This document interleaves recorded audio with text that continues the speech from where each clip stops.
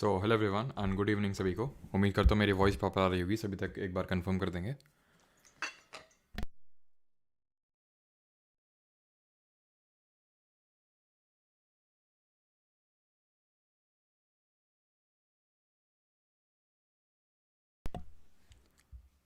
तो आज का जो हम लोग का टॉपिक रहने वाला है वो एग्रीकल्चर रहने वाला है।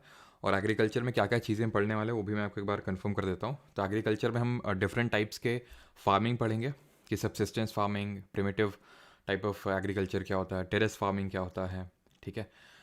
फिर हम पढ़ेंगे कि डिफरेंट टाइप्स ऑफ जो क्रॉपिंग पैटर्न्स होते हैं, राबी, खरीफ, ज़ैद, जिससे कि आपने क्वेश्चंस देखे होंगे।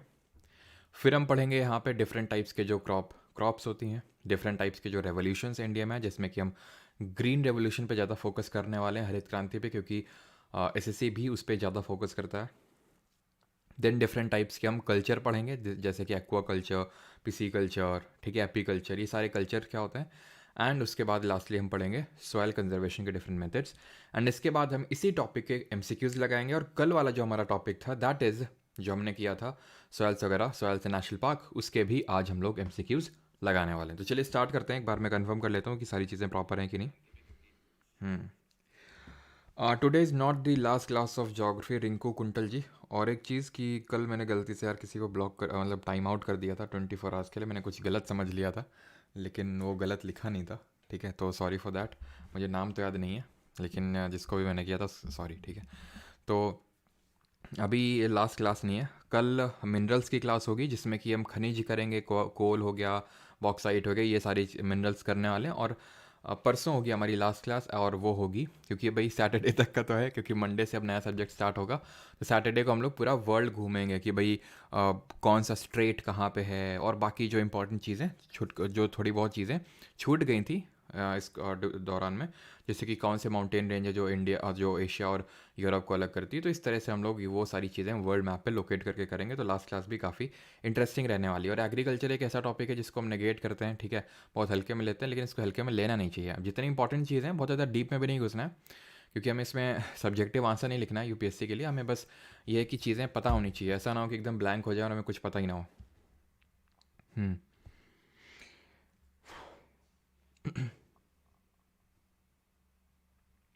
साउंड इंक्रीज कर दो, साउंड स्लो है। अच्छा, एक सेकंड।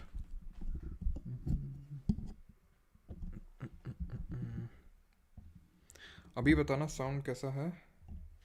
अभी साउंड सही होगा ना, एक बार कंफर्म करना।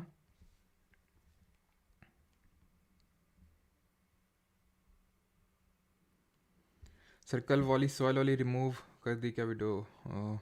तो सराज नीस की आवाज़ नहीं आ रही है, उसको एक कमरे में बंद रखा गया अभी, ठीक है, क्योंकि वो बिना आवाज़ के, मतलब शोर मचाए बिना, वो कोई भी हो, छोटा बच्चा रहता नहीं है, ठीक है, और वो भी उसकी इतनी एज भी नहीं कि उसको शांत किया जा सके। तो इस वजह से उसको अभी एक कमरे में बंद करके रखा गया है, क्लास की वजह से आपकी, है ना।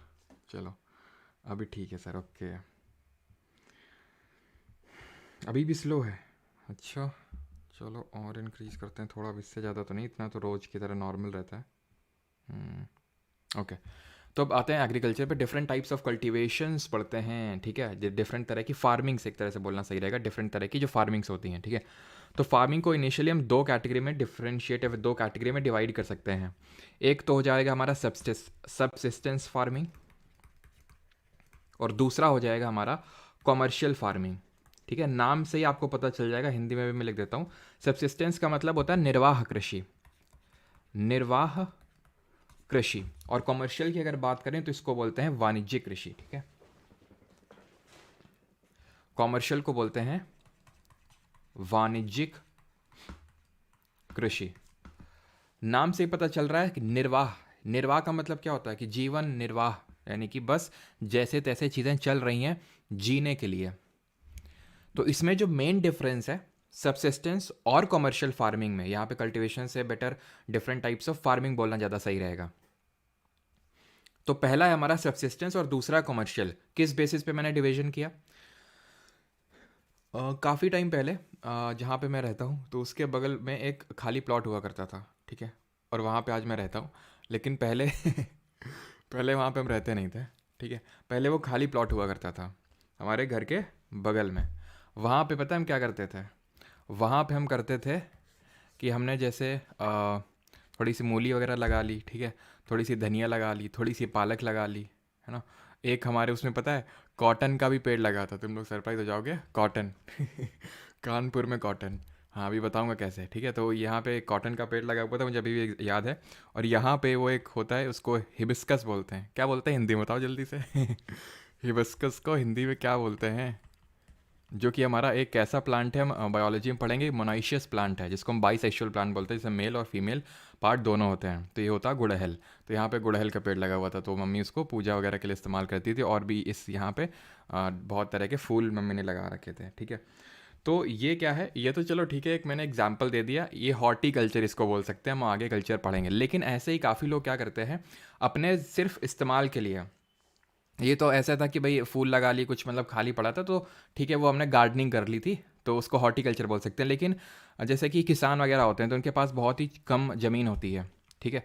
तो वो उसमें थोड़ा सा गेहूँ उगा लिए, थोड़े से चावल उगा लिए। तो उसमें वो किस लिए ये सब चीज़ें करते हैं? बस उनका खुद के खाने के लिए, बेचने के लिए नहीं करते हैं। तो वो सारी चीज़ें जो आप खेती करते हो, बेचने के पर्पज़ से नहीं, सिर्फ अपने निर्वाह के पर्पज़ से, अपने लिए करते हो, that is called a subsistence. बेचने के लिए करते हो तो कॉमर्शियल बोला जाता है उसको। सब्सिस्टेंस की अगर बात करें, इसको फर्दर में दो कैटेगरी में डिवाइड कर दिया जाता है। एक तो बोलते हैं इंटेंसिव, या फिर एक को बोलते हैं प्रिमिटिव, प्रिमिटिव सब्सिस्टेंस फार्मिंग, और दूसरे को बोलते हैं इंटेंसिव सब्सिस्टेंस फार्मिंग, ठीक है। टेबल क्या हिल रही है, एक सेकंड।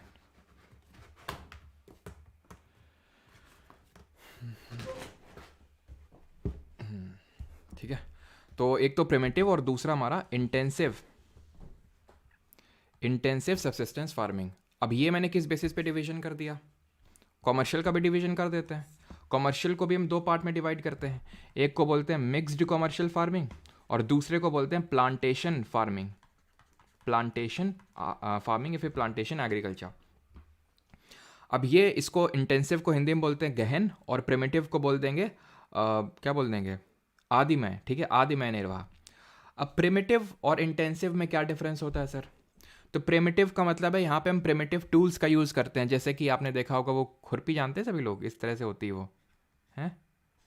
जानते तो होंगे यार, इतने तो तुम लोग मॉडर्न नहीं होंगे है कि नहीं, सब लोग का कुछ ना कुछ गांव का बैकग्राउंड तो होगा। तो इसको खुरपी बोलते हैं हमारे यहाँ पे, तुम्हारे यहाँ पता नहीं क्या बोलते हैं। फावड़ा तो यार सबके यहाँ कॉमन ही होता है, आई थिंक सबके यहाँ कॉमन ही वही बोलते हैं, ठीक है। इस तरह का फावड़ा होता है, खुरपी फावड़ा, किसने चलाया है बताओ यहाँ पे?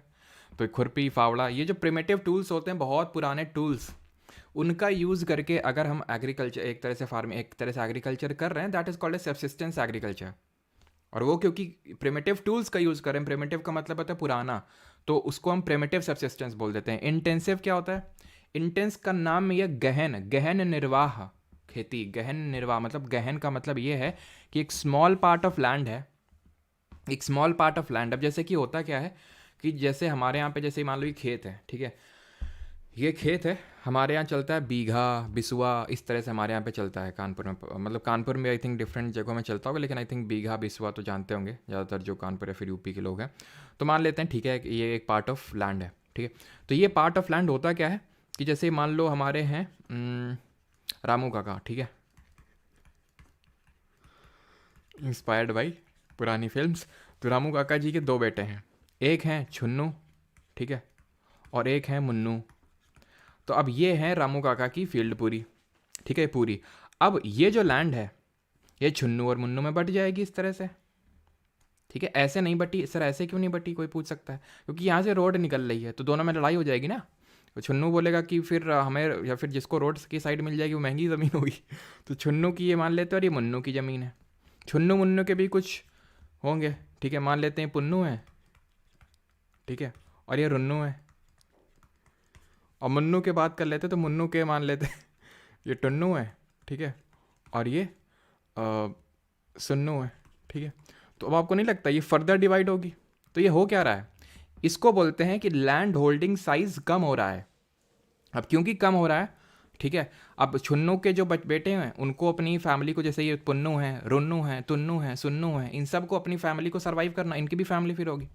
तो क्या होगा कि इनको उसी पार्ट ऑफ लैंड में बहुत कायदे से एग्रीकल्चर करना होगा। कायदे से मेरा मतलब उस पर प्रेशर बहुत डालना होगा। प्रेशर डालना होगा से मेरा मतलब क्या है कि यहाँ बहुत ज़्यादा फर्टिलाइज़र यूज़ करना पड़ेगा, हर एक इंच का बहुत अच्छे से यूज़ करना पड़ेगा अगर पूरा ढंग से उसको यूज़ करना है लैंड को। अब यहाँ पे जब पूरा लैंड था रामू काके के पास, तो ठीक है, बहुत ज़्यादा प्रेशर नहीं पड़ रहा था लैंड पे। प्रेशर मतलब कि एक उन्होंने फसल बोई, उसके बाद उसको खाली भी छोड़ सकते थे, सो दैट वो सॉइल अपनी प्रोडक्टिविटी को फिर से रीगेन कर ले, फर्टिलिटी को रीगेन कर ले। लेकिन यहाँ पे तो कोई मौका नहीं छोड़ेंगे। ठीक है, तो इसको बोलते हैं इंटेंसिव। आई होप समझ गया होगे आप। ठीक है, समझना खेल है, यहाँ पे रटने वाला तो कुछ है ही नहीं। ठीक है, तो लाइटली लेना, आराम से सारी चीज़ें याद होती रहेंगी। देन इसी प्रिमिटिव को मैं फर्दर दो कैटेगरी में डिवाइड कर सकता हूँ। एक को बोलता हूँ शिफ्टिंग, याद आया, शिफ्टिंग कल्टिवेशन। और दूसरा हो जाएगा हमारा यहाँ पे नोमैडिक हर्डिंग। नोमैडिक हर्डिंग का मतलब क्या होता है, जो घुमंतू होते हैं हमारे लोग, घुमंतू। ठीक है, घुमंतू इनको बोलते हैं नोमैड्स। शिफ्टिंग कल्टीवेशन क्या होता है हम पढ़ चुके हैं। शिफ्टिंग कल्टीवेशन में भी जैसे ट्राइब्स इसको प्रैक्टिस करते हैं, हम लोग पढ़ चुके हैं इसको पिछले से पिछले लेक्चर में, जहाँ पे मैंने मानसून पढ़ाया था। कायदे से मुझे इस लेक्चर में इसको डील करना चाहिए था, लेकिन कोई नहीं, अगली बार से इसमें डील कर लिया करेंगे। तो शिफ्टिंग एग्रीकल्चर या फिर शिफ्टिंग कल्टीवेशन हम डील कर चुके हैं। इसके सिर्फ हमें डिफरेंट नाम पता होने चाहिए। तो हमने ये पढ़ा था शिफ्टिंग कल्टीवेशन के बारे में, उसको थोड़ा सा रिवाइज कर लेते हैं जल्दी से। ठीक है, शिफ्टिंग की अगर बात करें तो इसको हम और किस नाम से जानते हैं, जल्दी से आप कमेंट में बताएंगे। इसमें करते क्या है, पार्ट ऑफ लैंड होता है उसको कट करते हैं, इसको बर्न करते हैं, सो दैट जो एशेज होते हैं, राख होती है, उससे सॉइल की प्रोडक्टिविटी बढ़ जाए। देन एक बार उसमें एग्रीकल्चर किया, फिर किया, सॉइल की प्रोडक्टिविटी खत्म, माइग्रेट कर गया दूसरे पार्ट ऑफ लैंड में, वहाँ पर लैंड को वो कट किया, फॉरेस्ट को, स्लैश एंड बर्न। ठीक है, कट करना स्लैश और जलाना बर्न, तो स्लैश एंड बर्न एग्रीकल्चर के नाम से जाना जाता है। इसको across the world different countries में डिफरेंट नाम से जाना जाता है, and different states of India में डिफरेंट नाम से जाना जाता है। मैं कुछ आपको ऐसे ही थ्रो करूँगा, आप जल्दी से बताना। ब्राज़ील में किस नाम से जाना जाता है, वियतनाम में किस नाम से जाना जाता है, ठीक है, इंडोनेशिया में किस नाम से जाना जाता है, श्रीलंका में किस नाम से जाना जाता है। ये तो हो गया अक्रॉस द वर्ल्ड। ठीक, अब मैं आपसे पूछता हूँ कि इन इंडिया वेस्टर्न घाट्स में किस नाम से जाना जाता है, छत्तीसगढ़ में, राजस्थान में, झारखंड में, नॉर्थ ईस्ट में, बताइए जल्दी से। तो ब्राज़ील में आप शिफ्टिंग कल्टीवेशन करने गए थे, पेड़ों को काटने गए थे, लेकिन आपको रोक लिया गया है। फिर ब्राज़ील में आपके किसी दोस्त का रोका हो रहा है। रे नाम का एक लड़का था, वियतनाम, रे नाम, ठीक है, वियतनाम। इंडो और पाक के बीच में युद्ध होता रहता है, यानी लड़ाई होती रहती है, लड़ांग, इंडोनेशिया में लड़ांग। श्रीलंका में लोग छेना खा के गोरा होना चाहते हैं। वेस्टर्न घाट में अक्षय कुमार जो है अपने मूव सिखा रहा है, कुमारी। छत्तीसगढ़ में, ठीक है, दीपा करके याद किया था हम लोगों ने, दीपा बस्तर डिस्ट्रिक्ट, बस्ता लेके छत पे गई थी, तो छत्तीसगढ़ दीपा। राजस्थान बलराज बल्लू मैंने आपको बताया था, ठीक है, तो वॉल्त्रे के नाम से जानते हैं। झारखंड में कुरुवा, खंड खंड हो जाता है तो छोटा बच्चा रोने लगता है। नॉर्थ ईस्ट में इसको झूम, नॉर्थ ईस्ट में 7 स्टेट्स हैं आपके, तो आप झूम जाते हैं वहाँ पे जाके, तो ये हम पहले ही पढ़ चुके हैं। क्लियर। अब कॉमर्शियल में आते हैं, मिक्स्ड और प्लांटेशन में भाई क्या डिफरेंस होता है। तो मिक्स्ड, इसमें फार्मिंग समझो, मिक्स्ड फार्मिंग क्या होती है।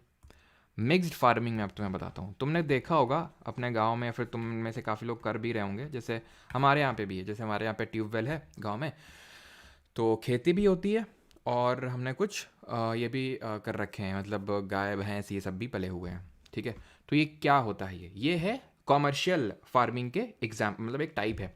अब कॉमर्शियल फार्मिंग में एक इंपॉर्टेंट चीज़ होती है, हमने देखा था बेसिस ऑफ डिफरेंस क्या है। बेसिस ऑफ डिफरेंस ये कि बस ये निर्वाह करने के लिए कर रहे हैं, बेचने के लिए नहीं कर रहे हैं, इनका कोई कॉमर्शियल इसमें पर्पस नहीं कि इसको हम बेचेंगे प्रॉफिट कमाएंगे। यहाँ पे है, यहाँ पे है, यहाँ पे एक तरह से हम बोल सकते हैं कि वही लोग कर सकते हैं जो हाई कैपिटल डाल सकते हैं। हाई कैपिटल मतलब कि थोड़ी सी अच्छी खासी जमा पूंजी होनी चाहिए, पूंजी डाल सकें, और हाई लेबर, यानी कि इसमें लेबर भी चाहिए आपको, है ना, कुछ फील्ड में लेबर काम करने के लिए भी तो चाहिए। तो जो फसल की कटाई करेंगे या फिर गाय भैंसों को देखेंगे, तो वो एग्रीकल्चर, या फिर जहाँ पे एग्रीकल्चर भी हो, जहाँ पे खेती वगैरह भी हो, और उसके अलावा लाइफ स्टॉक का मतलब क्या है, वही गाय भैंस और ये सब, इनको भी पाला जाता हो। जैसे कि गाय भैंस का दूध, दही, ये सब बेच दिया, एग्रीकल्चर में गेहूँ चावल जो भी अपने खाने के लिए था वो निकाल लिया। अब इसमें ये ऐसा नहीं कि नहीं, खाने को नहीं रख सकते हो भाई, खाने को नहीं रख सकते हो तुम, क्यों, क्योंकि कमर्शियल फार्मिंग है। ठीक है, तो पूरा ही सेल करना है, नहीं तो तुम सब्सिस्टेंस के अंदर आ जाओगे, तो खाना नहीं उसको। ऐसा नहीं है, ठीक है। तो आपने खाने के लिए कुछ रख लिया और ज़्यादातर जो पार्ट है आपने उसको बेच दिया, गेहूँ चावल जो भी आपने उगाया वो आपने बेच दिया, और प्लस उसके साथ साथ आप क्या कर रहे हो, लाइफ स्टॉक भी कर रहे हो। तो उससे होता क्या फ़ायदा क्या होता है कि आपकी डाइवर्स सोर्स ऑफ इनकम हो जाती है। एग्रीकल्चर मान लो अच्छा नहीं हुआ मानसून, या फिर किसी कारण की वजह से पैसे लग गए या फिर कुछ भी हुआ, तो आपका कम से कम लाइफ स्टॉक सपोर्ट कर देगा। लाइफ स्टॉक अगर नहीं हुआ तो एग्रीकल्चर सपोर्ट कर देगा, तो थोड़ा सा स्टेबल इनकम दे देता है, तभी गवर्नमेंट भी इस पर ज़्यादा फोकस करती है। तो ये होता है मिक्स्ड फार्मिंग। अब बताइए इसको मिश्रित कृषि बोल देंगे, ठीक है। तो पहले ही बताइए, चलो मैं पहले आपको ये प्लांटेशन वाला बता देता हूँ, देन आप अपना डाउट पूछ लीजिएगा अगर किसी का हो, ठीक है। तो प्लांटेशन पे आ जाते हैं। प्लांटेशन एग्रीकल्चर, प्लांटेशन एग्रीकल्चर का मतलब है कि जहाँ पे सिंगल क्रॉप हो, जनरली सिंगल क्रॉप होती है, बहुत बड़े बिग पार्ट ऑफ लैंड में इसको उगाया जाता है, बिग पार्ट ऑफ लैंड में। एंड यहाँ पे एक तरह से या तो फैक्ट्री वहीं पे लगी होगी जो उसको प्रोसेस करेगी, जैसे कि गन्ना है तो गन्ना आपने खूब सारी फील्ड में बहुत बड़े पार्ट में बो दिया, उसके बाद या तो शुगर मिल आपसे जस्ट कनेक्टेड है, सीधे आपसे कांटेक्ट है, शुगर मिल में सीधे सप्लाई किया और आपका काम हो गया, सीधे पैसा खटाक से आपके मतलब बैंक अकाउंट में। इतना भी खैर आसान नहीं होता, जो लोग करते हैं उन्हें पता होगा, लेकिन हाँ ऐसे चीज़ें काम करती हैं। तो इसमें अगर मैं एग्जाम्पल्स की बात करूँ तो जैसे कॉटन हो गया, जूट हो गया, ठीक है, शुगर केन हो गया, ठीक है, शुगर केन हो गया, या फिर रबर हो गया, टी हो गया, कॉफ़ी हो गया। तो ये खाने पीने, अब टी चाय कोई उगाएगा तो क्या पीने के पर्पज़ से उगाएगा क्या, कि भाई चलो चाय बनाएंगे, चाय उगाएंगे, फिर इसको प्रोसेस करेंगे और फिर पियेंगे। इससे अच्छा पैकेट नहीं ले आएंगे वहाँ से दुकान से खरीद के, ठीक है। तो ये सब किस लिए की जाती हैं, टू सेल, ठीक है। तो सिंगल क्रॉप होता है, बिग पार्ट ऑफ लैंड होता है, फैक्ट्री या फिर प्रोसेसिंग यूनिट कनेक्टेड होती है, और वहाँ पे डायरेक्टली ये जाता है आपका जो भी रॉ मटेरियल होता है, ठीक है। कमेंट में बताइए कि यहाँ तक किसी कोई डाउट तो नहीं है।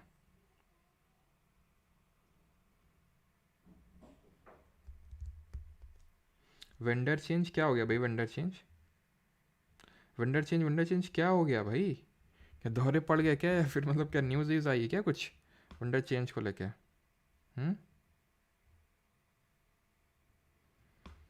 क्या हो गया भाई, वेंडर चेंज क्यों स्पैम कर रहे हो?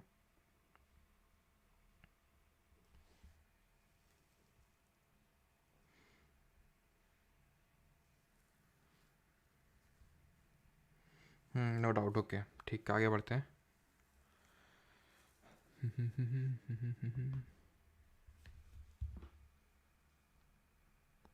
क्या वेंडर चेंज का कोई न्यूज़ आया है क्या?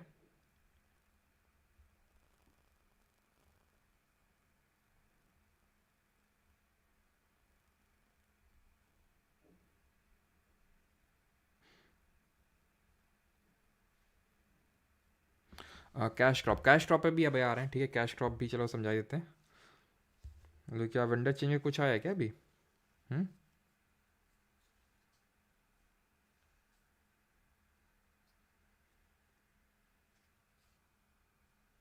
ठीक है, चलो कोई नहीं, आया होगा तो बाद में देख लेंगे। तो यहाँ पे प्लांटेशन एग्रीकल्चर, और बिल्कुल ये कैश क्रॉप से ही रिजेंबल करते हैं अगर हम बात करें। अब कैश क्रॉप और इनमें कोई बहुत ज़्यादा डिफरेंस होता नहीं है।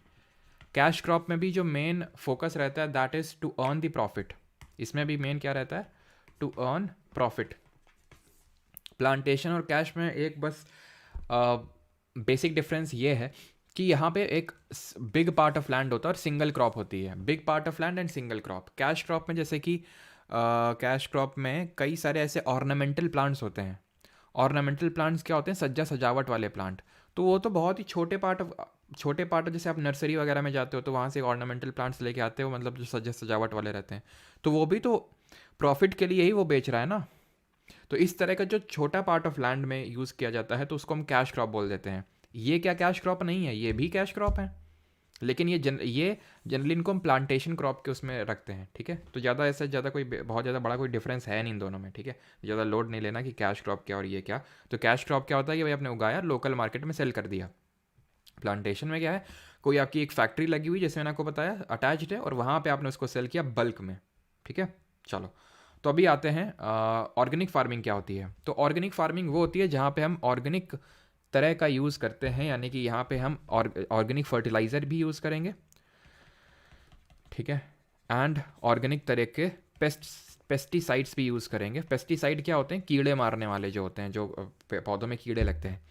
फर्टिलाइज़र जो हमारी खाद होती है, तो इसमें हम क्या ऑर्गेनिक यूज़ कर लेंगे, तो जैसे गोबर की खाद हो गई, जो गोबर हो गया उससे खाद बनती है ना, ठीक है। और जो गाय का गोबर होता है उससे तो बहुत अच्छा, जो देसी गाय होती है, हाइब्रिड वाली नहीं, जो देसी होती है, तो उसका बहुत अच्छा, जो कि पंच उसमें भी आता है ना, जैसे कि गाय का जो घी होता है, गाय का जो दही होता है, गाय का मूत्र होता है, गाय का जो गोबर होता है, तो ये सारी चीज़ें उसमें आती हैं, पंच उसमें कुछ बोलते हैं, ठीक है। तो फर्टिलाइज़र जो बनता है वो गोबर से बन गया। पेस्टिसाइड की अगर बात करें तो हो सकता है कि जो गाय का मूत्र होता है, ठीक है, उसका उसका छिड़काव हो गया, या फिर जो भी ऑर्गेनिक तरीके से होता है, इसमें हम कुछ भी इनऑर्गेनिक नहीं यूज़ करते हैं जो आर्टिफिशियल तौर से बना हो। यहाँ पे हम यूरिया तरह का फर्टिलाइज़र यूज़ नहीं करेंगे, सारी चीज़ें ऑर्गेनिक, और ये काफ़ी प्रचलन में भी है ऑर्गेनिक तरह की जो चीज़ें होती हैं, यानी कि ये पूरी तरह से ऑर्गेनिकली उगाई जाती हैं। यहाँ पे कोई भी केमिकल्स का यूज़ नहीं होता है, यानी कि हम बोल सकते हैं ज़ीरो केमिकल्स या फिर ज़ीरो आर्टिफिशियली मेड केमिकल्स। और एक तरह की फार्मिंग होती है ZBNF। ये ZBNF क्या होता है? ये ZBNF क्या होता है? ZBNF होता है आपका, it stands for zero budget natural farming. Zero budget natural farming का मतलब ये होता है कि इसमें क्या था, आम जिंदगी में क्या होता है, आम जिंदगी में होता है यूरिया लाए बोरी भर के डाल दिए, पेस्टिसाइड का छिड़काव कर रहे हैं, उसमें बहुत सारे केमिकल्स हैं, DDT और ये जाने सब क्या क्या होता है। ऑर्गेनिक में क्या है, कोई बाहर से कुछ खरीद के नहीं लाया, केमिकल वेमिकल कुछ नहीं, खरीद भी रहे हैं तो ऑर्गेनिक, भाई गोबर अगर खरीद रहे हैं तो ठीक है, वो ऑर्गेनिक तरीके का हम फर्टिलाइजर यूज़ कर रहे हैं, ऑर्गेनिक तरीके का पेस्टिसाइड यूज़ कर रहे हैं, ये आपको समझ आ गया होगा आई थिंक, ठीक है। यहाँ पे यूज़ ही नहीं कर रहे हैं, मतलब इट इज़ सेइंग कि डू यू गैस चलो उसको छोड़ो, तो मेन इसमें क्या ZBNF में, कि इसमें ना तो no use of any kind of fertiliser और पेस्टिसाइड, ऑर्गेनिक भी यूज़ नहीं कर रहे हैं, नेचुरली मेड भी यूज़ नहीं कर रहे हैं, कुछ नहीं कर रहे हैं, बट डाल दिया सीड, उगो, जितना उग सकते हो उगो, हम कुछ नहीं करेंगे ठीक है। तो वो है ज़ीरो बजट नेचुरल फार्मिंग, यानी यूज़ ही नहीं हो रहा है कुछ। अब आते हैं ये, इसको बोलते हैं टेरेस फार्मिंग। टेरेस फार्मिंग इसको बोलते हैं, टेरेस फार्मिंग। तो यहाँ पे आप देख रहे हैं सीढ़ियाँ बनाई गई हैं, टेरेस बनाई गई हैं, और टेरेस उस सीढ़ियों में खेती हो रही है, सीढ़ियों में खेती हो रही है, टेरेस फार्मिंग। तो ये हिली एरियाज़ में प्रैक्टिस होती है, क्योंकि यहाँ पे होता क्या है कि अगर ये नहीं करेंगे तो अच्छा पार्ट ऑफ लैंड का यूज़ कर लेते हैं, और दूसरा सॉइल इरोजन को थोड़ा सा कम कर देते हैं। बारिश हुई, अब सोचो ऐसे ढलान होती, खटखटा के ऊपर की जो टॉप सॉइल है तो वो चली जाती, वो बह जाती, और टॉप सॉइल में ही मेन चीज़ें होती हैं, मेन चीज़ें तो टॉप सॉइल में ही होती हैं ना, बारीक चीज़ें, तो वो बह जाएगी। टॉप सॉइल हमारी सबसे ज़्यादा फर्टाइल होती है। कल हम लोगों ने डिफरेंट सॉइल के होराइजन्स पढ़े थे, C, B, A। ये था कि भाई अनवेदर्ड रॉक थी, देन हमारी यहाँ पे C में वेदर्ड रॉक आई, थोड़ी सी पार्टली वेदर्ड रॉक, देन ये सब सॉइल थी, देन A हमारी टॉप सॉइल थी, और उसके ऊपर ऑर्गेनिक लेयर थी O वाली। तो ये सबसे ज़्यादा फर्टाइल होती है, देन ये देने, और इसका इस तरह से चलता है, ठीक है। तो इसलिए हमने क्या किया, टेरेसेस बना दिए, एक तो बेटर लैंड का यूज़ हो गया, प्लस हमने सॉइल इरोजन को भी कम कर लिया। अब आते हैं इंटर क्रॉपिंग और मिक्सड क्रॉपिंग में डिफरेंस क्या होता है, ये थोड़ा सा समझ लेते हैं। What is the difference between inter cropping and mixed cropping, ध्यान से समझना।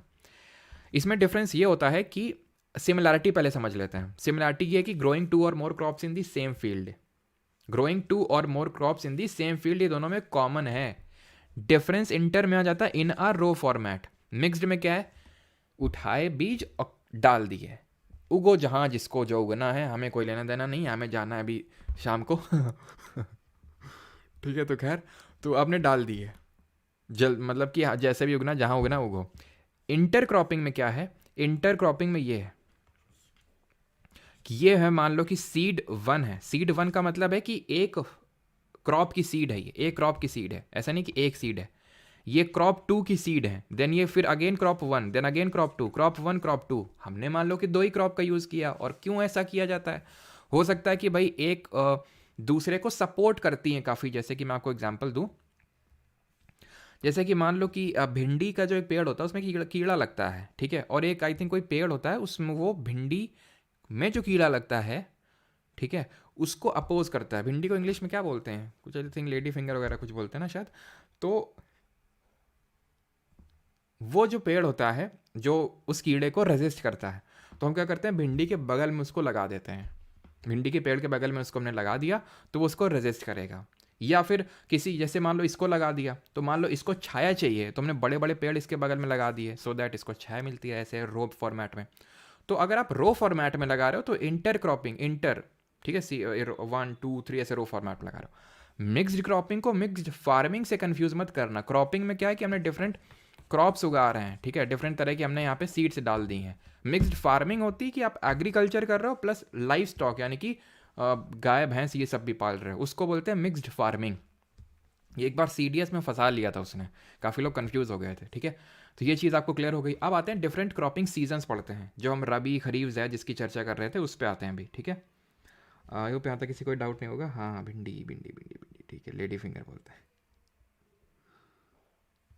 चलो चलो आगे बढ़ते हैं। तो डिफरेंट क्रॉपिंग सीजन्स देखते हैं। तो हमारे इंडिया में क्या डिफरेंट तरह के क्रॉपिंग सीजन्स होते हैं, जैसे कि आप अभी कौन सा सीज़न चल रहा है, चलो अभी छोड़ो, हम एकदम शुरुआत से शुरू करते हैं। तो जब मानसून आता है हमारे यहाँ पे, अब कमेंट में आप जल्दी से लिखेंगे मानसून किस महीने एंटर करता है इंडिया में, कमेंट में जल्दी से।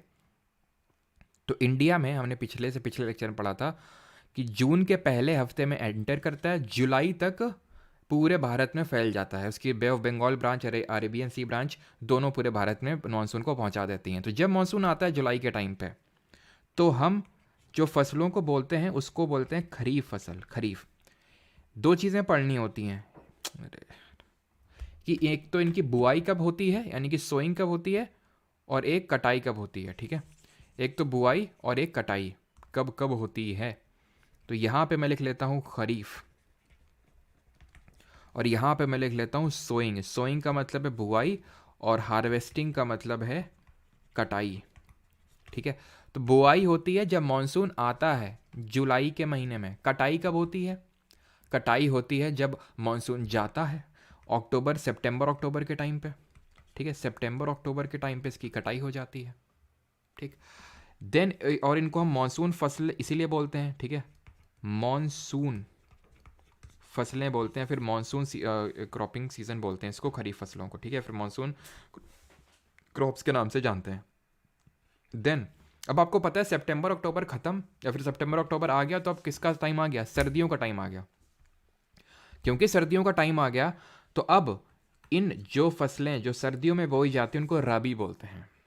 इनकी बुआई की अगर बात करें तो ये होती है अक्टूबर के टाइम पे, और कटाई होती है यानी हार्वेस्टिंग बात करेंगे तो होली के टाइम पे यानी अप्रैल के टाइम पे, समथिंग अप्रैल के टाइम पे। तो होली एक तरह का हमारा हार्वेस्ट फेस्टिवल है। इंडिया में बहुत सारे फेस्टिवल होते हैं जो हार्वेस्ट फेस्टिवल होते हैं, यानी कि कटाई में उनको वो एक तरह से उन फेस्टिवल्स को मनाया जाता है डिफरेंट पार्ट्स ऑफ इंडिया में। तो वो हम जब स्टैटिक जीके पढ़ेंगे तो वहाँ पे देखेंगे। तो खरीफ, राबी।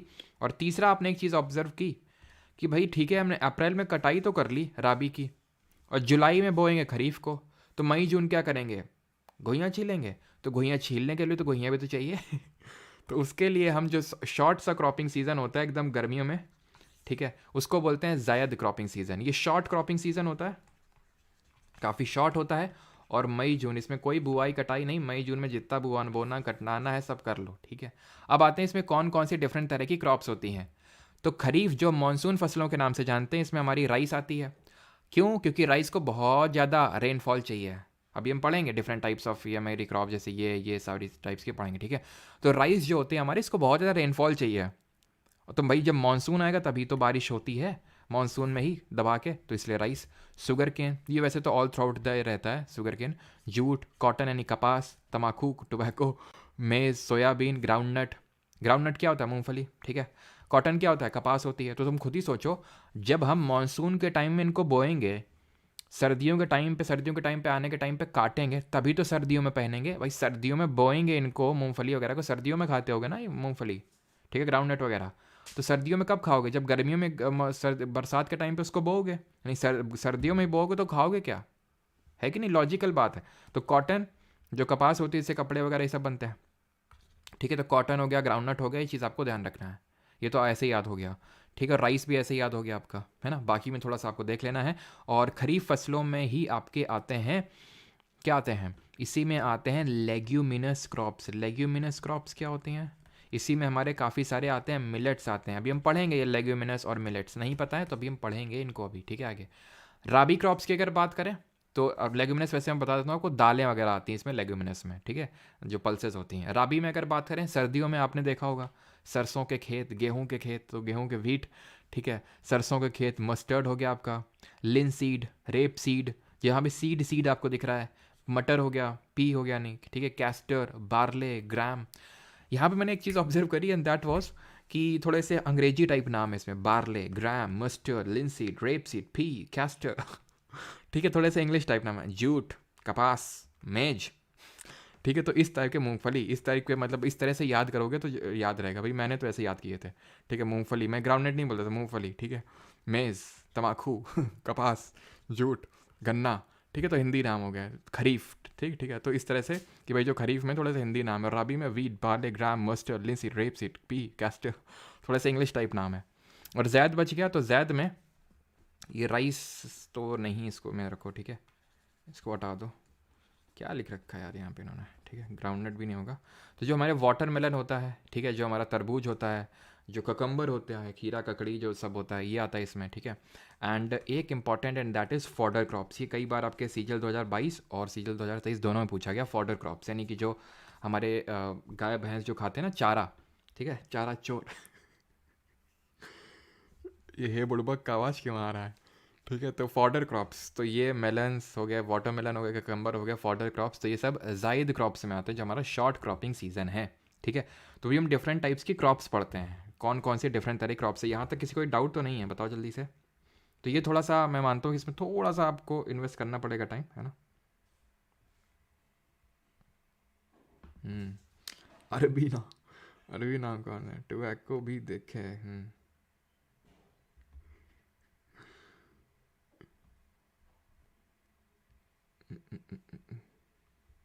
कैस्टर मीन्स, कैस्टर हमारे यहाँ उसका अंडी बोलते हैं, और कहीं कहीं पे अरंडी बोलते हैं। जानबूझ के नहीं बताया तुम्हें हिंदी नेम, लेकिन तुम पूछ रहे हो, तो इसको अंडी बोलते हैं, अरंडी। ये पता है, अगर जिन लोगों को भी डाइजेशन का प्रॉब्लम रहता है, मतलब कि कॉन्स्टिपेशन का, तो डॉक्टर से एडवाइस ज़रूर लेना इस बात को लेके। लेकिन उसमें थोड़ा सा अगर आप कैस्टर लेते हो तो, क्योंकि काफ़ी गाढ़ा होता है, ठीक है, पता है, अब तुम लोग को मैं बता ही देता हूँ, तुमसे क्या छिपाना। ठीक है, जब हम लोग काफ़ी छोटे हुआ करते थे तो गाँव में अंडी का एक पेड़ होता है, तो होता क्या है कि जब इसमें धूप पड़ती है बहुत जोर का, तो इसका जो फल होता है वो टूट के, इसमें वो टूट जाता है, और इसके अंदर का जो अंडी होती है कुछ इस तरह की होती है, वो देखा होगा, थोड़ी सी डार्क ब्राउन कलर की होती है इस तरह से। उसको हम बिन बिन के बोतल में भरते थे एक, ठीक है, बोतल, बॉटल नहीं, बोतल। ठीक है, बोतल में भरते थे और पास की दुकान होती थी उसमें बेचते थे, और बेच के फिर कुछ लेते थे खाने पीने के लिए। ठीक है, तो ये जो है अपना बचपन का धंधा हुआ करता था। ठीक है, कि बोतल में, बोतल में सॉरी, बोतल में अंडी दोपहर का इंतज़ार रहता था, गर्मियों में एकदम फूटती हैं, गर्मियों में फूट के गिरती हैं ये। हम्म। तो कैस्टर ऑयल, कैस्टर ऑयल जिनको बालों को झड़ने की समस्या भी रहती हो ना, कैस्टर में, क्योंकि हम डील करते रहे ना, काफ़ी पहले की बात है, तो इसलिए सारा कुछ पता है, इसके बेनिफिट्स वगैरह क्या होते हैं। पूछते थे ना दुकान वाले से, तुम कहाँ बेचते हो, किसको बेचते हो, तो बताता था कि ऐसे ऐसे जो है सप्लाई करते हैं फिर हम। ठीक है। हाँ। अरंडी का मतलब क्या होता है भाई, कैस एक फल टाइप होता है, तुम लोग को नहीं पता क्या? तुम लोग को नहीं पता क्या अरंडी? ये पहली बार सुन रहे हो? अंडी हमारे यहाँ बोलते हैं, हमारे यहाँ अरंडी तो नहीं, अंडी बोलते हैं हमारे यहाँ पे। तो मतलब इस तरह से बड़ा सा फल, मतलब इतना भी बड़ा नहीं, मतलब ठीक है, बहुत छोटा सा एक तरह से फल होता है, उसमें छोटे छोटे से अंडी होती हैं, और वो टूट के फूट के गिरती हैं गर्मियों में। हम्म। किस बात के पैसे देते थे? ये बिकती भैया, और क्या बोल रहे हैं, इसका तेल बिकता है, बहुत महंगा बिकता है, खरीद गया ना तुम्हें, तुम तब तुम्हें पता चलेगा क्यों पैसे मिलते थे हमको। खरीद गया ना। ठीक है, आगे बढ़ते हैं। डिफरेंट टाइप्स ऑफ क्रॉप्स, बहुत महंगा मिलता है वो, अब इतनी सी छोटा सा बॉटल मिलेगा तुमको तकरीबन 70-80 रुपए का। ठीक है, चलो, तो अब इस पे आते हैं कॉटन पे। ठीक है, इसको बोलते हैं कपास। इतना तो पता ही होगा ना, इतने तो अंग्रेज हो गए नहीं तुम, हैं, हमको तो एकदम तुम गांव, ठेठ गंवार टाइप समझ रहे होगे इस समय, है ना। हैं भी। कॉटन की अगर बात करें तो कॉटन जो होता है, जिसको हम कपास बोलते हैं, इसमें कुछ इंपॉर्टेंट चीज़ें हैं। एक तो हम पढ़ चुके हैं कि इसको ब्लैक सॉइल की रिक्वायरमेंट होती है। ये एक तरह की फाइबर क्रॉप होती है। फाइबर क्रॉप में हमारी कॉटन आती है, जूट आती है, हेम्प जो भांग बोलते हैं ना, हेम्प, वो भी इसको फाइबर क्रॉप में ही रखते हैं हम लोग। तो ब्लैक सॉइल में, तब इसको ब्लैक कॉटन सॉइल के नाम से भी जानते हैं, इसको रेगर के नाम से भी जानते हैं। Self flowing characteristic, impermeable soil, black soil को लावा, और लावा के ओरिजिन से बनी है, डेक्कन प्लेट्यू में देखने को मिलती है, ठीक है, नॉर्थ वेस्टर्न पार्ट में। एंड कॉटन को हम सिल्वर फाइबर के नाम से भी जानते हैं, सिल्वर फाइबर। और सबसे इंपॉर्टेंट चीज़ जो अभी तक हमने नहीं पढ़ी है, कल मैंने वैसे थोड़ा सा आपको बताया था, दैट इज़ कि इसको 210 फ्रॉस्ट फ्री डेज की रिक्वायरमेंट होती है, 210 फ्रॉस्ट फ्री डेज। ये बहुत इंपॉर्टेंट फैक्ट है। अभी आई थिंक जीडी के एग्जाम में भी पूछा गया और कोई और भी एग्जाम हुआ था, मतलब पूछा जाता है, एवरग्रीन टाइप है। यूपीएससी सिविल सर्विसेज में भी पूछा जा चुका है क्वेश्चन, ठीक है। तो 210 फ्रॉस्ट फ्री डेज की इसको रिक्वायरमेंट होती है। और किस तरह की क्रॉप है भी जो हमने क्रॉपिंग पैटर्न देखा, जल्दी से आप बताइए हैं। तो ये हम इसको सर्दियों में यूज़ में लेते हैं कि गर्मियों में यूज़ में लेते हैं? भाई सर्दियों में लेते हैं, तो ऑब्वियस सी बात है बरसात के टाइम पे बोएंगे, यानी कि खरीफ फसल में ही आएगी, ठीक है। ये हमारी आंटी जी क्या कर रही हैं? ये मैडम हमारी जूट जो है उगा रही हैं। और ये जो जूट होता है इसको हम गोल्डन फाइबर के नाम से जानते हैं, ठीक है। गोल्डन फाइबर बोलते हैं। ये जो होती है जो जूट होता है, इसका सबसे टॉप मोस्ट प्रोड्यूसर और एक्सपोर्टर आपसे पूछ लेता है कि टॉप मोस्ट प्रोड्यूसर कौन सा है कंट्री और एक्सपोर्टर कौन सा कंट्री है। तो जब प्रोड्यूसर की बात कर देगा तो हम ही हैं, यानी कि इंडिया इसका सबसे ज़्यादा उत्पादन करता है। लेकिन अगर जो भांग होता है, लेकिन भांग के बारे में ज़्यादा पढ़ेंगे नहीं। ये क्या है? आइडेंटिफाई करो जल्दी से, देखते हैं कितने लोग सही आइडेंटिफाई कर पाते हैं इसको। ये लाल लाल कलर का जो फ्रूट है, बफरिंग हुआ क्या? अच्छा एक सेकेंड, बफरिंग हुआ है क्या? बफरिंग हुआ है क्या? एक सेकेंड, रुक जाओ रुक जाओ रुक जाओ। चेरी चेरी चेरी, रुको।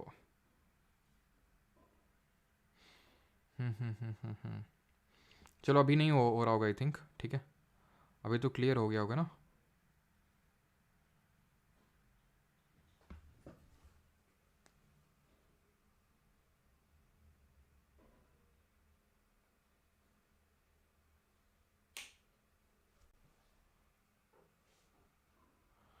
एक बार फिर से कंफर्म करना सारी चीज़ें प्रॉपर हैं कि नहीं।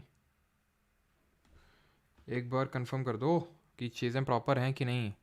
मतलब ऐसा तो नहीं मैं बफरिंग हो रहा और मैं यहाँ पे पढ़ाता चला जाऊँ। प्लीज़ कंफर्म एक बार।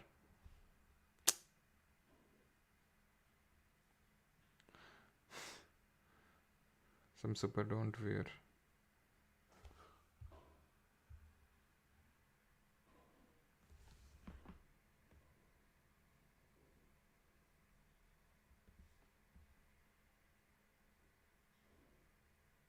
एक बार कंफर्म करना सारी चीज़ें प्रॉपर हैं कि नहीं।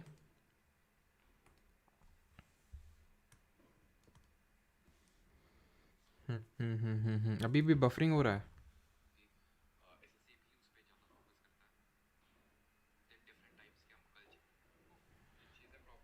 अभी प्रॉपर है यार, ठीक है, कोई बफरिंग नहीं है ना। ओके, तो ये हमारा क्या है जल्दी से बताओ।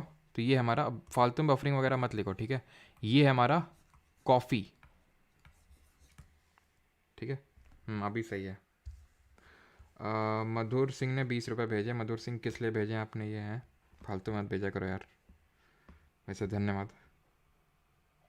इस topography a factor for the formation of soil? Yes it is, it is guruji, ठीक है। चलो तो अभी ठीक है। आवाज़ क्यों नहीं आ रही? बोलेंगे नहीं तो आवाज़ कहाँ से आएगी भाई? तो ये है कॉफ़ी का बीन, ठीक है। और कॉफ़ी में हमें क्या क्या पढ़ना है? कॉफ़ी में सबसे पहले तो ये पढ़ना है कि coffee bowl of the world किसको बोलते हैं। कॉफ़ी के लिए कौन सी टाइप ऑफ सॉइल सबसे बेटर अच्छी मानी जाती है। Coffee bowl of the world and coffee bowl in India के नाम से। तो चलिए पहले ये देख लेते हैं। तो वर्ल्ड में बोलते हैं ब्राज़ील को, जो सबसे टॉप मोस्ट प्रोड्यूसर है कॉफ़ी का। इंडिया में है कर्नाटक, साउथ इंडिया का स्टेट कर्नाटक। अब जरा कमेंट में मुझे ये बता दो कि प्री मॉनसून शावर्स का क्या नाम है कर्नाटक में, जो कॉफ़ी फ्लावर ये जो होता है इसको ब्लॉसम करने में, इसकी अर्ली राइपनिंग में हेल्प करते हैं। जैसे कि ये जूट पढ़ रहे थे, तो हमने जब मॉनसून पढ़ा था तो जो हमारे प्री मॉनसून शावर्स है उसके बारे में पढ़ा था। तो हमने ये देखा था कि जो हमारे नॉर्वेस्टर्स होते हैं, जिनको कि पश्चिम बंगाल में काल बैसाखी के नाम से जाना जाता है, बांग्लादेश और असम में बरदौली चीरा के नाम से जाना जाता है, तो जूट की खेती के लिए बहुत अच्छे होते हैं। उसी तरह जो कॉफ़ी होता है, कॉफ़ी के लिए हमने पढ़ा था ब्लॉसम शावर्स, ब्लॉसम शावर्स पढ़े थे हम लोगों ने, ठीक है, जो कॉफ़ी को हेल्प करते हैं। अब कर्नाटक सबसे टॉप मोस्ट प्रोड्यूसर ही नहीं है, बल्कि बहुत high variety of coffee produce करता है अक्रॉस दी होल वर्ल्ड, जिसमें कि आती हैं अराबिका, लिब्रिका, रोबस्ता। ये कॉफ़ी की वैरायटीज़ हैं, उसकी नहीं ठीक है। तो यहाँ पे बात करें लिब्रिका, अराबिका, लिब्रिका और रोबस्ता, तो ये किसकी वैरायटीज़ हैं? कॉफ़ी की, जो कि हमने एक तरह से सऊदी अरब, यमन, यहाँ से जो ट्रेडर्स आते थे उन्होंने यहाँ पे इंट्रोड्यूस करी थी, ये सब बहुत हाई वैरायटीज़ है, बहुत महंगी बिकती हैं ये। सॉइल की अगर बात करें तो लैटेराइट जो मृदा होती है, लैटेराइट सॉइल जिसके बारे में हमने कल पढ़ा था, जो निच्छालन की प्रक्रिया यानी कि लीचिंग के प्रोसेस से बनती है, ब्रिक सॉइल के नाम से जानी जाती है, और कैशिव नट यानी कॉटन की खेती, सॉरी काजू की खेती के लिए सबसे बेस्ट सूटेबल है, और हाई रेनफॉल एरिया में हमें देखने को मिलती है। क्लियर? तो लैटेराइट सॉइल सबसे ज़्यादा सूटेबल होती है कॉफ़ी के लिए, कॉफ़ी के प्लांट के लिए। ठीक है, आगे बढ़ते हैं। अब हमारी अगली है दैट इज़ राइस। ठीक है, राइस यहाँ पे आप देख सकते हैं, इसको पैडी के नाम से भी जाना जाता है। पैडी क्या होता है भाई? राइस तो तब होता है जैसे ये धान होती है। ठीक है, धान को क्या किया जाता है, तो ऐसे इसकी सैपलिंग्स जो होती हैं, इसकी क्या बोलते हैं, इसको कुछ बोलते हैं पिरोना, कुछ बोलते हैं ना, पिरोई जाती हैं। ठीक है, तो ये ऐसे करके बहुत ही दलदली स्वैम्पी एरिया में इनको बोया जाता है। तभी ये एक खरीफ फसल है, जब मानसून आता है तो खूब बारिश होती है और तब इनको बोया जाता है। और आप मुझे कमेंट में ये बताएंगे कि जो दलदली क्षेत्र होता है, जो एक मान लो ये वाटर लॉगिंग हो रखी है, मतलब खूब पानी भर रखा है, इससे कौन सी गैस निकलती है, बताएंगे कमेंट में। तो पैडी, अभी ये पैडी है, अभी ये लोग बोल रही हैं। ठीक है, तो ये अभी पैडी है। जब इसको निकाला जाएगा, फिर इसकी प्रोसेसिंग की जाएगी, तब चावल बनता है। तो इसमें यह ध्यान रखना है कि इसको हाई टेम्परेचर और हाई रेनफॉल वाला फैक्टर तो बहुत इंपॉर्टेंट है। हाई रेनफॉल चाहिए और हाई टेम्परेचर भी इसको चाहिए। ठीक है, और अगर बात करें, आपसे एक क्वेश्चन पूछ लेता है कि औस, अमन और बोरो ये किसकी वैरायटी है? औस, अमन और बोरो, तो ध्यान रखना औस, अमन और बोरो ये तीनों वैरायटीज़ हैं राइस की ही। ये कब ग्रो की जाती हैं उसके बेसिस पे इसको औस, अमन और बोरो के उसमें डिवाइड करते हैं। जैसे औस वगैरह को मार्च के टाइम पे, अमन को जैन फेब के टाइम पे, बोरो को सितंबर अक्टूबर के टाइम पे ग्रो किया जाता है। तो आपको ये नहीं पता होना है कि कब ग्रो की जाती है, बस औस, अमन, बोरो किसकी वैराइटीज़ हैं, तो ये पैडी या फिर राइस की वैराइटीज़ हैं। और ये जो वाटर लॉक्ड जहाँ पे भी कंडीशंस होती है, वहाँ से मेथेन गैस का रिसाव होता है, जिसको कि हम CH4 से रिप्रेजेंट करते हैं, मेथेन गैस। ठीक है, मेथेन गैस इसको बोलते हैं। ऑलराइट, आगे बढ़ते हैं। और ये जो मेथेन गैस है, ये सिर्फ यहीं से नहीं बल्कि जो टर्माइट्स, जो ये दीमक होती है, वहाँ जो ये रहते हैं दीमक, वहाँ से भी निकलती है। जहाँ पे भी वाटर लॉक्ड कंडीशंस होगी, वहाँ पे हमें मेथेन देखने को मिलती है। क्लियर?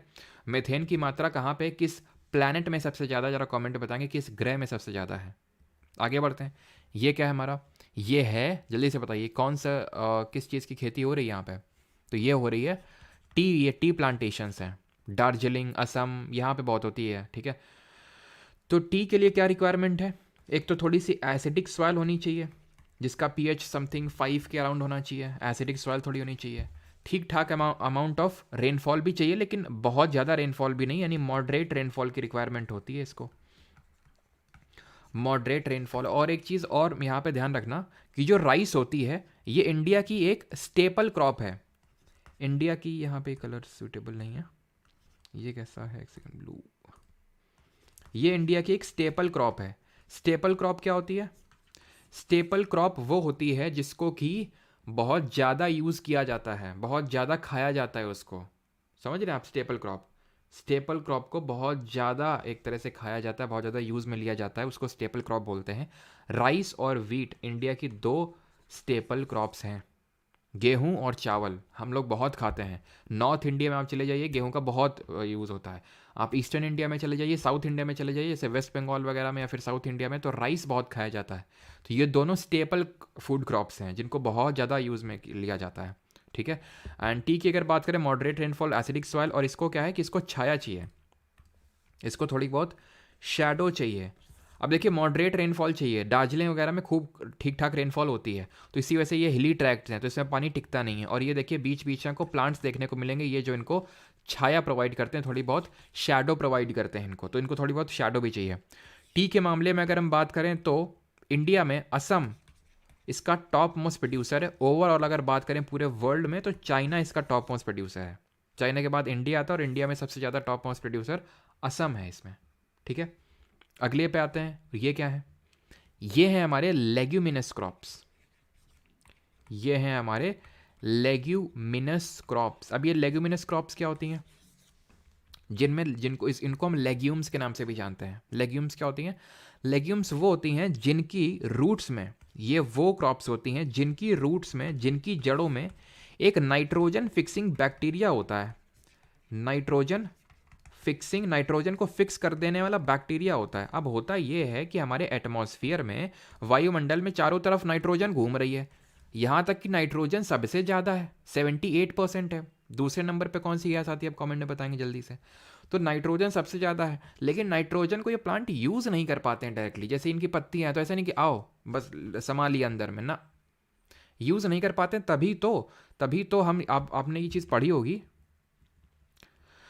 यहाँ पे जगह नहीं है, चलो यहाँ बताता हूँ। तभी आपने चीज़ पढ़ी होगी कि NPK के फर्टिलाइज़र होते हैं, नाइट्रोजन, फॉस्फोरस और पोटेशियम, यानी जो हमारे इंपॉर्टेंट फर्टिलाइज़र होते हैं उनमें से NPK मैक्रो न्यूट्रिएंट बोलते हैं इनको, प्लांट का मैक्रो न्यूट्रिएंट बोलते हैं, ध्यान रखना, मैक्रो न्यूट्रिएंट। जैसे कि तुम में से काफ़ी लोग जिम जाते होंगे, यहाँ पे कौन कौन जाता है यहाँ पे जिम, तो मैक्रो माइक्रो मैक्रो मैक्रो बहुत करते होगे तुम। मैक्रो में तुम्हारा क्या आता है, फैट आता है, कार्ब्स आते हैं और प्रोटीन्स आते हैं, ये मैक्रो में आता है। माइक्रो में जो मल्टीविटामिन लेते रहते हो, मल्टीविटामिन मत लिया करो, जो गोली लेते रहते हैं ना मल्टीविटामिन, सोचते हो कि भाई ये खाने से हम बहुत हैंडसम और ये सब हो जाएंगे। ठीक है, हैंडसम होना अच्छी बात है, जो भी आपको नेल्स अच्छे करने हैं, हेयर्स अच्छे करने हैं, लेकिन मल्टीविटामिन से अच्छा है फ्रूट्स कंज्यूम करिए। ठीक है, वो एक ऐसे ही मैं फेंक नहीं रहा हूँ, मतलब अपना कोई वो नहीं बता रहा हूँ मैं, ये एक्चुअल में जो रिसर्च पेपर्स वगैरह अगर जो पब्लिश हुए थे उसमें ये दिखाया गया था कि किस तरह से आप जब मल्टीविटामिन आपने खाया, ठीक है, इसको कुछ टर्म बोलते हैं, मेरे दिमाग में आ नहीं रहा है, तो होता क्या कि आपको लगता है ओहो मैं हेल्दी डाइट फॉलो कर रहा हूँ, मैं तो सारी चीज़ें ढंग से कर रहा हूँ, तो आप हेल्थ कॉन्शियस हो जाते हो। तो आपके मान लो कि आपके नेल्स बेटर हो गए, आपकी स्किन बेटर हो गई, तो आपको लगता है देखा मैंने ये मल्टीविटामिन कंज्यूम किए इस वजह से होगा, लेकिन एक्चुअल में उसकी वजह से नहीं हुआ।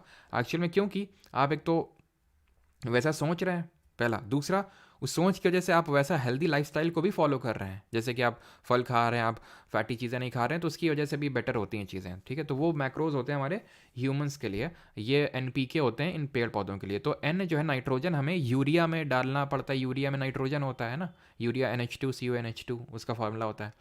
तो ये जो होते हैं लेगुमिनस क्रॉप्स जो होती हैं, ये नाइट्रोजन फिक्सिंग बैक्टीरिया इनकी रूट्स में मौजूद होते हैं। ये जो देख पा रहे हैं ये नाइट्रोजन फिक्सिंग बैक्टीरिया, ये क्या करते हैं, नाइट्रोजन को एक्सट्रैक्ट कर लेते हैं और इनको प्लांट को सप्लाई कर देते हैं, सॉइल में रीस्टोर कर देते हैं। सॉइल से रीस्टोर मतलब हो जाते हैं। एटमॉस्फेरिक नाइट्रोजन जो होती है उसको प्लांट यूज़ नहीं कर पाते, मिट्टी में जो होता है उसको यूज़ कर लेते हैं। तो ये लोग क्या करते हैं, एटमॉस्फेरिक नाइट्रोजन को फिक्स करके सॉइल में ले आते हैं ये, और ये होता है मेन, जैसे कि राइजोबैक्टर। इसमें हमारे लेग्यूमिनस में आते हैं मेनली जो दालें वगैरह होती हैं, जो पल्सेस वगैरह होती हैं, ठीक है, पल्सेस दालें, तो उनमें क्या होता है, जैसे राइजोबैक्टर होगा दालों में, जैसे तूर दाल, अरहर दाल, तो इनमें राइजोबैक्टर होता है। और भी बैक्टीरिया होते हैं जैसे नॉस्टॉक हो गया, अनाबानो हो गया, ठीक है, जैसे कि नॉस्टॉक करके भी होता है, लेकिन मेन होता है आपका राइजोबैक्टर। तो ये क्या करते हैं, फिक्स कर देते हैं उसको, ये इंपॉर्टेंट है।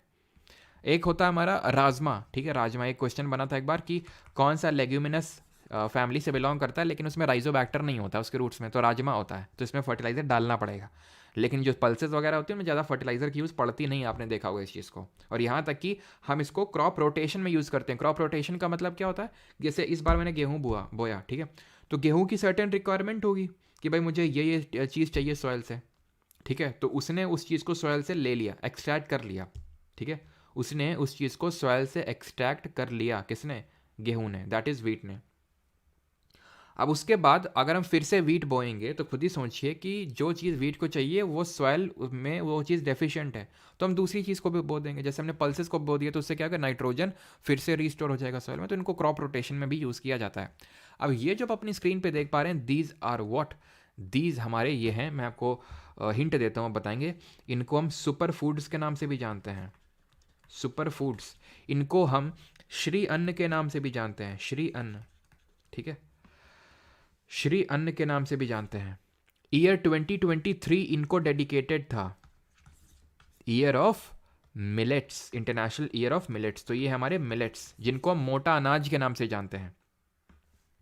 ये मोटा अनाज में क्या क्या आते हैं, तो मोटा अनाज में आते हैं हमारे जैसे कि बाजरा, ठीक है, रागी, ज्वार, और एक चीज़, ये जो अभी मैंने आपको लेगुमिनस क्रॉप बताई है ना, ये मोस्टली सब खरीफ में आती हैं, ये खरीफ में, ठीक है। जो सोयाबीन होती है, सोयाबीन भी एक लेगुमिनस क्रॉप है जिसमें मध्य प्रदेश टॉप पे आता है, ठीक है, ये ध्यान रखना। तो मिलेट्स में अगर हम बात करें, बाजरा, रागी, ज्वार, ये सब आते हैं, ठीक है। मिलेट्स में अगर हम बात करें, जैसे कि हम रागी को बोलते हैं फिंगर मिलेट्स, ठीक है, अगर पूछ ले तो रागी को बोलते हैं फिंगर, यहाँ पर विजिबल नहीं होगा ना, ये तो ऐसे अतरंगी सतरंगी कलर्स हैं। यहाँ पर एक तो लिख लो रागी, मैं यहाँ पे लिख देता हूँ, ठीक है। इसको फिंगर मिलेट्स के नाम से जानते हैं, ठीक है, फिंगर मिलेट्स के नाम से जानते हैं। और ज्वार को हम सॉर्गम भी बोल देते हैं, और इनको ओवरऑल हम सुपर फूड बोलते हैं। और अगर पूछ ले इनमें से सबसे टॉप मोस्ट प्रोड्यूसर कौन है इंडिया में, तो Rajasthan. Rajasthan is the top most producer. Overall अगर हम बात करें तो इंडिया ओवरऑल भी टॉप पे ही है। वैसे तो अभी अफ्रीका काफ़ी ग्रो करने लगा इसमें, अफ्रीका के जो कंट्रीज़ हैं, लेकिन इंडिया इसमें, इंडिया हो गया, चाइना हो गया, और आपका एक कोई देश है अभी जो अभी FATF की ग्रे लिस्ट में है, आई थिंक नामी, नहीं सॉरी, नाइजीरिया है, ठीक है, नाइजीरिया, ठीक है, नाइजीरिया, इंडिया, चाइना, तो ये टॉप पे रहते हैं मोस्टली, ठीक है। तो ये ध्यान रखना। और एक चीज़ और, अभी करंट में न्यूज़ में था, आपका जो all India GK mock test 2 हुआ था, उसमें एक क्वेश्चन भी बना था, एंड दैट वाज कि आसियान, उसमें मैंने ये क्वेश्चन रखा था कि आसियान इंडिया मिलेट समिट कहाँ पे हुई, आसियान इंडिया मिलेट समिट। तो ये हुई आपकी आसियान इंडिया मिलेट समिट, ये हुई इंडोनेशिया की कैपिटल जकार्ता में। ये आपको पता होना चाहिए, बहुत इंपॉर्टेंट है ये। और ये बताएंगे कि साल 2024 है, ये किसका ईयर है। जैसे साल 2023 इंटरनेशनल ईयर ऑफ मिलेट्स था, तो 2024 किसका इंटरनेशनल ईयर है। अभी आते हैं रेवोल्यूशन, जो हमारी डिफरेंट तरह की क्रांतियाँ हुई थी, लाल क्रांति, हरित क्रांति, सफ़ेद क्रांति, ये क्रांति, वो क्रांति, सारी तरह की क्रांति देखेंगे। 2024 था, है आपका इंटरनेशनल ईयर ऑफ कैमलिट्स। जो कैमल की एक वैरायटी होती है, जो हाई ऑल्टीट्यूड एरियाज़ में देखने को मिलते हैं कैमल, उनको हम कैमलिट्स के नाम से जानते हैं। तो ईयर 2024 ईयर ऑफ कैमलिट्स ही होने वाला है। अब आते हैं रेवोल्यूशन में, ठीक है। अब यहाँ पे आपसे दो तरह के क्वेश्चंस बनते हैं, बिल्कुल सही है संजीव, जानवी, हर्ष, आकांक्षा, रितिका, विकास, अमिया सेठी। चलो, तो यहाँ पे दो तरह के क्वेश्चन ये बनते हैं। पहला तो एक क्वेश्चन ये बेसिक सा क्वेश्चन कि ब्लैक रेवोल्यूशन किससे रिलेटेड है, ब्लू, ब्राउन, गोल्डन, ये याद होना चाहिए। और सारे रेवोल्यूशन एक तरफ और ग्रीन रेवोल्यूशन एक तरफ, भर भर के क्वेश्चन पूछे जा रहे हैं, भर भर के, ठीक है। अभी GD का एग्जाम हो रहा है, कोई ऐसा शिफ्ट खाली नहीं गया जिसमें कि ग्रीन रेवोल्यूशन से क्वेश्चन ना आया हो, और आए भी क्यों ना, अभी हम पढ़ेंगे कि क्यों ऐसा, क्या ऐसा है कि ग्रीन रेवोल्यूशन से खूब बैक टू बैक क्वेश्चन आ रहे हैं। पहले भी आ रहे थे, अभी भी आ रहे हैं, और आगे भी आएंगे। तो ब्लैक रेवोल्यूशन की अगर बात करें पेट्रोलियम प्रोडक्शन से, तो जो हमारा कच्चा तेल होता है वो काले कलर का होता है ना, जो पेट्रोल डीजल वगैरह। ब्लू रेवोल्यूशन, भाई ब्लू क्या होता है, पानी होता है, ठीक है, पानी, पानी में हमारी फिशेज रहती हैं। ब्राउन, लेदर और कोकोआ, ठीक है, लेदर और cocoa. Golden fibre, golden fibre हमने अभी देखा था किसको बोलते हैं, जूट को बोलते हैं। सिल्वर फाइबर किसको बोलते हैं, कॉटन को अभी देखा था।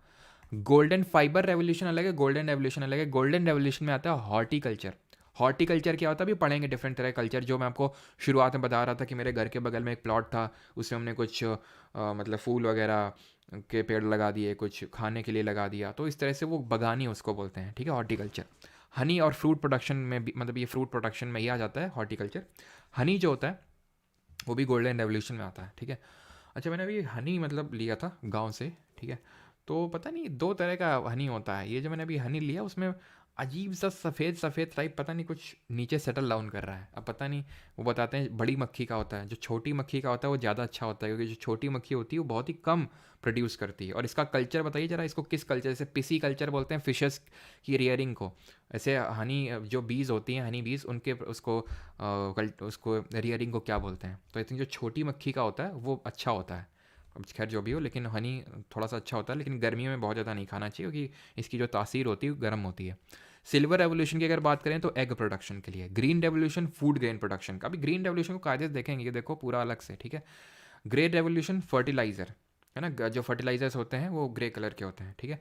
रेड रेवोल्यूशन, मीट हमारा रेड होता है, टमाटर हमारे रेड होते हैं। राउंड रेवोल्यूशन, गोल क्या होता है भाई, आलू होता है, पोटैटो।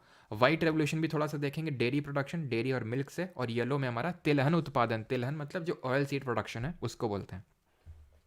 ये यार आपको थोड़ा सा देखना पड़ेगा, इसमें दो तीन ही होंगे जो आपको याद नहीं हो रहे होंगे। भाई ब्लैक सबको याद हो गया होगा क्योंकि पेट्रोल वगैरह ब्लैक होता है, ठीक है। वैसे थोड़ा सा ऑरेंजिस कलर में भी होता है। ब्लू रेवोल्यूशन भी सबको याद हो गया होगा। ब्राउन थोड़ा सा देखना पड़ रहा होगा, ये दोनों तो अभी याद हो गया आपको, ठीक है। गोल्डन थोड़ा सा देखना पड़ सकता है, सिल्वर थोड़ा सा देखना पड़ सकता है आपको। बाकी ये तो अभी रटवा ही दूंगा मैं आपको, ग्रीन और ये वाइट वगैरह, ठीक है। तो ये दो तीन बस आप थोड़ा सा दिमाग लगा के याद कर लेना, और इसमें ट्रिक मत लगाना। हाँ, कोई आप नेमोनिक्स वगैरह का यूज़ कर सकते हो कि हाँ इस तरह से, जिस तरह से आपको याद रहे। अब ग्रीन रेवोल्यूशन पे आते हैं। हरित क्रांति बहुत इंपॉर्टेंट है, ध्यान से इसको समझना, बहुत एक एक चीज़, और सिर्फ उतना ही फैक्ट बताऊंगा जितने एग्जाम में पूछे जा रहे हैं अभी। सबसे पहले ये टर्म किसने दिया, विलियम गॉड ने दिया, फादर किसको बोलते हैं इसका, पिता किसको बोलते हैं? तो आप पूछो कि फादर इन दी वर्ल्ड आप पूछ रहे हो या फिर इन इंडिया पूछ रहे हो, ठीक है। तो वर्ल्ड में अगर हम बात करें तो ये बोलते हैं नॉर्मन बोरलॉ को, नॉर्मन बोरलॉ। फिर क्वेश्चन पूछेगा कहाँ से थे ये, तुम बोल देना ये यूएसए से थे। फिर ये क्वेश्चन पूछेगा इंडिया से कौन है, तो इंडिया से है हमारे फादर एमएस स्वामीनाथन जी, जिनकी अभी रिसेंट में कुछ महीने पहले डेथ हुई और भारत रत्न देने की इनको अभी अनाउंसमेंट हुई, 5 लोगों को मिलेगा, उनमें से एक हमारे एमएस स्वामीनाथन जी भी हैं, ठीक है। फिर आपसे क्वेश्चन ये बनेगा कि जो ग्रीन रेवोल्यूशन है सबसे पहले आया कहाँ पे, सबसे पहले फर्स्ट, तो ये आया मैक्सिको, जो हमारा नॉर्थ अमेरिका का एक देश है। अगर आप देखो वर्ल्ड मैप पे तो नॉर्थ अमेरिका में प्रमुखतः 3 देश है, मैक्सिको, यूएसए, कनाडा, जहाँ पे हमारे अगले फीफा वर्ल्ड कप भी खेले जाएंगे, ठीक है। तो मैक्सिको सबसे नीचे पड़ता है, देन ऊपर उसके यूएसए, देन ऊपर उसके कनाडा है। तो मैक्सिको के नीचे सेंट्रल अमेरिकन कंट्रीज, तो मैक्सिको और जिनको हम लैटिन अमेरिकन कंट्रीज बोल देते हैं, तो मैक्सिको और लैटिन अमेरिका में इंट्रोड्यूस हुआ सबसे पहले। इंडिया में अगर बात करें तो इंडिया में कब आया, तो इंडिया में ध्यान रखना इन इंडिया इसको 2 फेजेस में लाया गया, 2 फेजेस में, तो ये ध्यान रखना इसको, it was brought in 2 phases, ये भी क्वेश्चन बन चुका है। वो 2 फेज कौन से थे, एक तो मिड 1960s और दूसरे मिड 1970s। ध्यान से सुनना, इंडिया में 2 फेजेस में आया, मिड 1960s और मिड 1970s। हुआ क्या इसमें, हुआ ये, इसमें था क्या, इसको हम पता है, इसको ग्रीन रेवोल्यूशन को हम वीट रेवोल्यूशन, वैसे तो ये फूड ग्रेन के प्रोडक्शन से एसोसिएटेड है, फूड ग्रेन जिसमें कि हमारा मेनली स्टेपल क्रॉप्स गेहूं चावल ये सब आते हैं, तो इसको हम वीट रेवोल्यूशन के नाम से भी जानते हैं, क्योंकि इसने इंडिया में वीट का प्रोडक्शन ड्रास्टिकली बहुत तेजी के साथ इंक्रीज कर दिया। होता क्या था कि इंडिपेंडेंस तक या फिर इंडिपेंडेंस के तुरंत बाद हमें गेहूं तक नहीं था हमारे पास खाने के लिए, हम गेहूं की एक वैरायटी होती थी PL480, इसको यूएसए से इंपोर्ट करते थे, मंगाते थे, ये भी क्वेश्चन बन चुका है, ठीक है। आई थिंक स्टेनो या सीपीओ जो पिछला एग्जाम हुआ है, PL480 यूएसए से इंपोर्ट करते थे। फिर हम इसको इंट्रोड्यूस किए ग्रीन रेवोल्यूशन को, वैसे तो मैंने अभी पढ़ाया नहीं है, बट फिर भी अगर आप गेस लेना चाहें तो ये किस 5 ईयर प्लान में आया होगा, गेस करिए। मिड 1960s की जब मैं बात कर रहा हूँ तो 2 फेजेस में आया, ठीक है। इसमें हुआ ये कि हमने HYV सीड्स को इंट्रोड्यूस किया। HYV सीड क्या होती हैं, HYV सीड का फुल फॉर्म होता है हाई ईल्डिंग वैरायटी सीड्स। अभी हिंदी में मतलब बता दूंगा, हाई ईल्डिंग वैरायटी सीड्स का मतलब ये होता है कि जिनका प्रोडक्शन बहुत ज़्यादा होता है, यानी कि एक नॉर्मल सीड डालोगे तो हो सकता है 1 टन गेहूँ इस फील्ड से निकले, HYV सीड डाल रहे हो तो 3 टन निकल रहा, 4 टन निकल रहा है, यानी कि बहुत ज़्यादा ड्रास्टिकली प्रोडक्शन इसको इंक्रीज़ कर देता है, प्रोडक्टिविटी ज़्यादा होती है। और हमने क्या किया HYV के साथ, हमने बेटर टेक्नोलॉजिकल इनपुट्स डाले, टेक्नोलॉजी का यूज़ किया, ट्यूब वेल्स का यूज़ किया, बोर वेल्स का यूज़ किया, कनाल सिस्टम अच्छे से यूज़ किया, ठीक है। तो इसका टेक्नोलॉजी का यूज़ किया। अब क्योंकि HYV सीड अगर खरीदनी है तो थोड़ी सी नॉर्मल सीड से महंगी आएगी, टेक्नोलॉजी ट्यूबवेल वगैरह करवाना है तो पैसा चाहिए, उसके लिए थोड़ा कैपिटल चाहिए। अब ये जो है कैपिटल वगैरह कहाँ के किसानों के पास था, थोड़ा देखा गया पंजाब वगैरह के, पंजाब हो गया, थोड़े साउथ इंडिया किसान, बिहार और ईस्टर्न यूपी यहाँ पे के जो किसान थे, यहाँ पे अब देखिए फेवरेबल कंडीशन अगर हम देखें इंडिया में, अगर फेवरेबल कंडीशन देखें इंडिया में, अगर फेवरेबल कंडीशन देखें तो मानसून के हमने पढ़ चुके हैं, तो कायदे से देखा जाए तो ईस्टर्न यूपी बिहार फेवरेबल हैं, क्योंकि पानी यहाँ पे है। भाई पंजाब वगैरह तो रेन डेफिसिट रीजन में आते हैं, पंजाब वगैरह जहाँ पे इस वीट रेवोल्यूशन को, हरित क्रांति को लाया गया, यहाँ पे तो रेन डेफिसिट रीजन है, लेकिन क्योंकि यहाँ पे लोग खरीद सकते थे उस चीज़ को, इसलिए यहाँ पे लाया गया। और एक विस्कस साइकिल बन गया, विस्कस नहीं विसियस साइकिल बोलेंगे ना, कौन सी होता है, विस्कस होता है कि भाई एक कुचक्र होता है, और विसियस होता है कि एक सुचक्र जो बोल सकते हैं, अच्छा चक्र, कि यहाँ के किसान जो थे थोड़े से रिलेटिवली वेल ऑफ थे, खरीद सकते थे, ट्यूबवेल लगवा सकते थे। अब क्योंकि ग्रीन रेवोल्यूशन यहाँ पे आया तो यहाँ के लोगों को और फ़ायदा मिला, यहाँ के किसानों को और फ़ायदा मिला, तो पहले वो खरीद सकते थे, अब वो अपने ट्रैक्टर में डीजे लगा के घूमते हैं। अब वो जब चाहे तब चाहे वो प्रोटेस्ट कर सकते हैं, और उनको इस चीज़ की टेंशन नहीं है कि भाई हमारे घर में अगर चूल्हा कैसे जलेगा। लेकिन आप सोचिए कि बिहार और यूपी का जो किसान होता है वो क्यों प्रोटेस्ट इतनी जल्दी दिल्ली चलो नहीं करता है, क्योंकि अगर वो दिल्ली चला जाएगा तो उसके घर में चूल्हा कैसे जलेगा। तो ये सब जो आप देखते हैं पंजाब किसान बहुत अमीर हैं, वो तो ग्रीन रेवोल्यूशन का उसमें सबसे बड़ा इम्पैक्ट है। और क्यों भारत में गेहूं और चावल स्टेपल क्रॉप हैं, उसका भी रीज़न ग्रीन रेवोल्यूशन ही है, नहीं तो हम मिलेट्स का यूज़ करते थे, मिलेट में क्या होता है, ग्लूटेन फ्री होता है, बहुत चलन में है आजकल, बहुत चलन में है, ठीक है। अमीर अमीर लोग जो हैं इसको खाते हैं आज, लेकिन पहले क्या आता, मतलब बताते हैं मम्मी पापा लोग तो, कि पहले तो ये भैंसों को खिलाया जाता था, ठीक है। अभी जो यूज़ में आ गया है बाजरा वगैरह, ये सब भैंसों को खिला दिया जाता था। गेहूँ चावल हम लोग ये खाएंगे भाई, ये सब तो भैंसों इनके सब खिला दिया था। लेकिन अभी क्या है, यूज़ में आ रहा है क्योंकि ग्लूटेन फ्री है और काफ़ी माइक्रोन्यूट्रिएंट, जिंक, फॉस्फोरस इसमें काफ़ी रिच है ये मिलेट्स, ठीक है। तो इसलिए जो है, जो आप मल्टीविटामिन खाते हो ना, तो मल्टीविटामिन के मिनरल्स भी होते हैं, जिंक वगैरह ये सब, तो वो मिलेट्स में भी बहुत होते हैं और ग्लूटेन फ्री होता है ये। तो फर्स्ट फेज में आपसे पूछेगा कि फर्स्ट फेज में ग्रीन रेवोल्यूशन कहाँ पे आया, तो ये जो रिच और एफ्लुएंट स्टेट्स थे, पंजाब के और आंध्रा के, ध्यान रखना, ठीक है। तो फर्स्ट फेज में इसको इंट्रोड्यूस किया गया, जो पंजाब हो गया, साउथ इंडिया के स्टेट जैसे कि आंध्र प्रदेश हो गया, तो फर्स्ट फेज में इसको यहाँ पे इंट्रोड्यूस किया गया। अब क्वेश्चन दूसरे टाइप का बनता है कि इसके नेगेटिव्स क्या हैं, तो यहाँ पे मैं नेगेटिव्स लिखता हूँ इसके, ठीक है। यहाँ पे मैं इसके जो ग्रीन रेवोल्यूशन है इसके नेगेटिव्स लिखता हूँ कि इसके नेगेटिव्स क्या हुए। नेगेटिव्स ये हुए, दो इसके सबसे बड़े इंपैक्ट देखने को मिले। एक तो जो ग्राउंड वाटर लेवल है वो नीचे चला गया, ग्राउंड वाटर जो लेवल है, इस पे भी स्टेटमेंट से बने हैं क्वेश्चन, तो ग्राउंड वाटर लेवल नीचे चला गया और सॉइल की एल्कलिनिटी बढ़ गई, यानी जो लवणता है वो बढ़ गई। एल्कलिनिटी का मतलब ये है कि सॉइल एल्कलाइन ज़्यादा हो गई, यानी उसमें जो सॉल्ट कंटेंट है वो सॉइल में ज़्यादा बढ़ गया। कैसे ज़्यादा बढ़ गया वो आप समझिए। ट्यूबवेल लगा है, एक बटन दबाई, बलबल पानी निकला, एकदम बलबला के पानी निकल रहा एकदम, ठीक है। बटन तो दबानी थी, हैंडपम्प तो चलाना नहीं था ना, तो बटन दबाई, खड़ाक से पानी निकल आया। अब क्योंकि पंजाब और हरियाणा, सोचो ये कोई बहुत यहाँ पे मानसून कोई अच्छा खासा तो है नहीं, यानी ग्राउंड लेवल वाटर पहले से नीचे है, बटन दबाई और इतनी ज़्यादा पानी आ गया जितनी सप्लाई हो नहीं रही पानी। भाई पानी अंडरग्राउंड में कैसे पहुँच रहा है, पानी अंडरग्राउंड में कैसे पहुँचता है, बारिश हुई वो परकोलेट करके धीरे धीरे नीचे पहुँच गया। बारिश हो नहीं रही, पहले से नीचे, आपने बटन दबाई उसको और नीचे कर डाला ग्राउंड वाटर लेवल को, ठीक है। अब आप आपने और ग्राउंड वाटर लेवल उसको नीचे कर दिया, तो एक तो ये सबसे बड़ी अब समस्या खड़ी हुई ग्रीन रेवोल्यूशन से। और क्योंकि आपने क्या है, एक बटन दबाई और पूरी फील्ड को भर दिया पानी से। अरे क्या है, बटन ही तो दबानी है, भर दिया उसको, पैसे भर देंगे जो थोड़े बहुत बिजली के आएंगे, और उसमें बहुत ज़्यादा सब्सिडी वगैरह भी उस टाइम पे दी गई। तो उससे हुआ क्या, वाटर लॉग्ड जो फील्ड है, वाटर लॉगिंग जो हो रखी है, राइस की फील्ड में तो वाटर लॉगिंग चाहिए ना, राइस की फील्ड में, क्योंकि उसमें तो वाटर लॉगिंग चाहिए, खूब भर भर के पानी चाहिए। जहाँ नहीं चाहिए वहाँ पे भी यूज़ किया, और जहाँ चाहिए तो वहाँ तो चाहिए ही चाहिए। लेकिन पंजाब और हरियाणा ये राइस के कल्टीवेशन के लिए सूटेबल जगह नहीं है ये। उसके लिए तुम्हारा बिहार और ईस्टर्न यूपी है जहाँ बारिश होती है, जहाँ बारिश होती है। लेकिन क्योंकि यहाँ पे वो कंडीशंस नहीं है, यहाँ पे कैसी कंडीशंस है, यहाँ पे रेट ऑफ इवेपोरेशन ज़्यादा है, पानी बरसता कम है और उसका वाष्पीकरण ज़्यादा होता है। तो अब जब पानी है आप भर दोगे फील्ड में, उसका इवेपोरेशन हो जाएगा, तो बचेगा क्या, बचेगा जो उस वाटर में सॉल्ट कंटेंट है वो बच जाएगा सॉइल में मौजूद। तो एल्कलिनिटी उसकी बढ़ गई, एल्कलिनिटी क्या हो गई, बढ़ गई। और जो एल्कलाइन सॉइल होती है इसको हम ट्रीट करते हैं जिप्सम से, और अगर एसिडिक सॉइल होती है तो उसको हम लाइम से ट्रीट करते हैं। ये चीज़ आपको ध्यान में रखनी है, ठीक है। तो मेरे हिसाब से तो यहाँ से और कोई क्वेश्चन नहीं बनेगा। विलियम गॉड ने टर्म दिया था, फादर किसको बोलते हैं, और ये सारी चीज़ें कब आया था, कहाँ आया था, कितने फेजेस में आया था, और ये थर्ड 5 ईयर प्लान की बात हो रही है। तीसरी पंचवर्षीय योजना की बात हो रही है, और इसी तीसरी पंचवर्षीय योजना में इसी के चलते ही हमने 1965 में फूड कॉरपोरेशन ऑफ इंडिया और commission on agricultural cost and prices, जो एमएसपी, मिनिमम सपोर्ट प्राइस यानी न्यूनतम समर्थक मूल्य निर्धारित करता है, उसको यहाँ पे स्टैब्लिश किया गया था 1965, 1965 में। यहाँ तक किसी कोई डाउट होगा तो पूछ लेगा।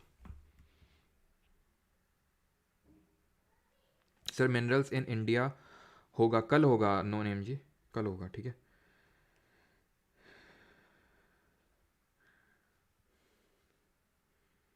किसी कोई डाउट, बड़ा एक्सपोर्टर किसका, जूट का, वहाँ से छूटा था क्या। सर ये क्लास ओल्ड बैच में नहीं, नहीं रॉबिन सिंह, ये एग्रीकल्चर का अलग से नहीं हुआ था पिछले बैच में, बिकॉज उस टाइम पे मेंस लगा हुआ था, तो उसके वजह से जो बहुत इंपॉर्टेंट टॉपिक्स थे वही फिर करवाए गए थे।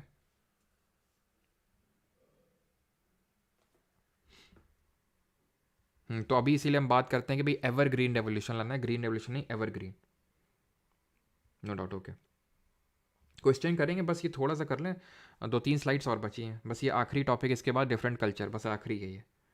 इसके बाद क्वेश्चंस करेंगे, ठीक है। तो वाइट रेवोल्यूशन की अगर बात करें तो ये आपके मिल्क प्रोडक्शन से एसोसिएटेड है। मिल्क प्रोडक्शन, जिसको दुग्ध उत्पादन बोलते हैं, ठीक है, मिल्क प्रोडक्शन से। इसको हम ऑपरेशन फ्लड के नाम से भी जानते हैं। फ्लड किसकी? बाढ़ किसकी? दूध की बाढ़। और इसने इंडिया में बहुत ज़्यादा, एक तरह से हम बोल सकते हैं कि मिल्क की एक तरह से स्कार्सिटी को ख़त्म किया, और मिल्क प्रोडक्शन में इंडिया जो है इस समय ऑलमोस्ट टॉप पे रैंक करता है। और आप कमेंट में अच्छा ये बताइए, इसके फादर किसको बोलते हैं, ठीक है, इसके फादर किसको बोलते हैं वाइट रेवोल्यूशन के, ठीक है। तो जो हमारी अमूल है, आपने अमूल कंपनी का नाम सुना होगा, वो एक्चुअल में इसी का जनक है, मिल्क प्रोडक्शन कॉपरेशन फ्लड का, वाइट रेवोल्यूशन का, डॉक्टर वर्गीस कुरियन, ठीक है। डॉक्टर वर्गीस कुरियन को इसका फादर बोलते हैं, ठीक है, क्लियर। आगे बढ़े, अब यहाँ पे आ जाते हैं डिफरेंट तरह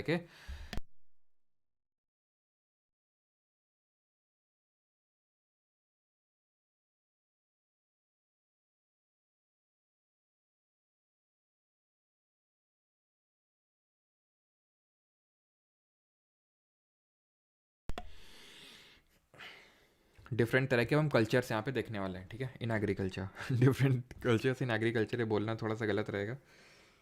चलो, ये आपका 1970 के टाइम पे आया था, ठीक है। 1970 से लेकर 96 तक रहा था मेरे लिए, ठीक है, मिल्क प्रोडक्शन को इंक्रीज़ करने के लिए, है ना।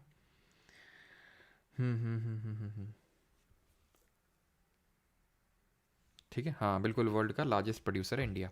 अब आते हैं डिफरेंट कल्चर्स। क्या कल्चर्स होते हैं आपने सुना होगा, जैसे अभी मैंने आपको बताया हॉर्टिकल्चर, ठीक है, ये तो आपको याद हो ही गया होगा इतने टाइम तक आपको। हॉर्टिकल्चर, हॉर्टी है भैया, ठीक है, टी है, एन नहीं है। विटीकल्चर, ठीक है, विटीकल्चर। एक्वाकल्चर, एक्वाकल्चर, गेस करिए किससे एसोसिएटेड होगा, गेस तो कर ही सकते हैं, गेस करने में क्या जा रहा है।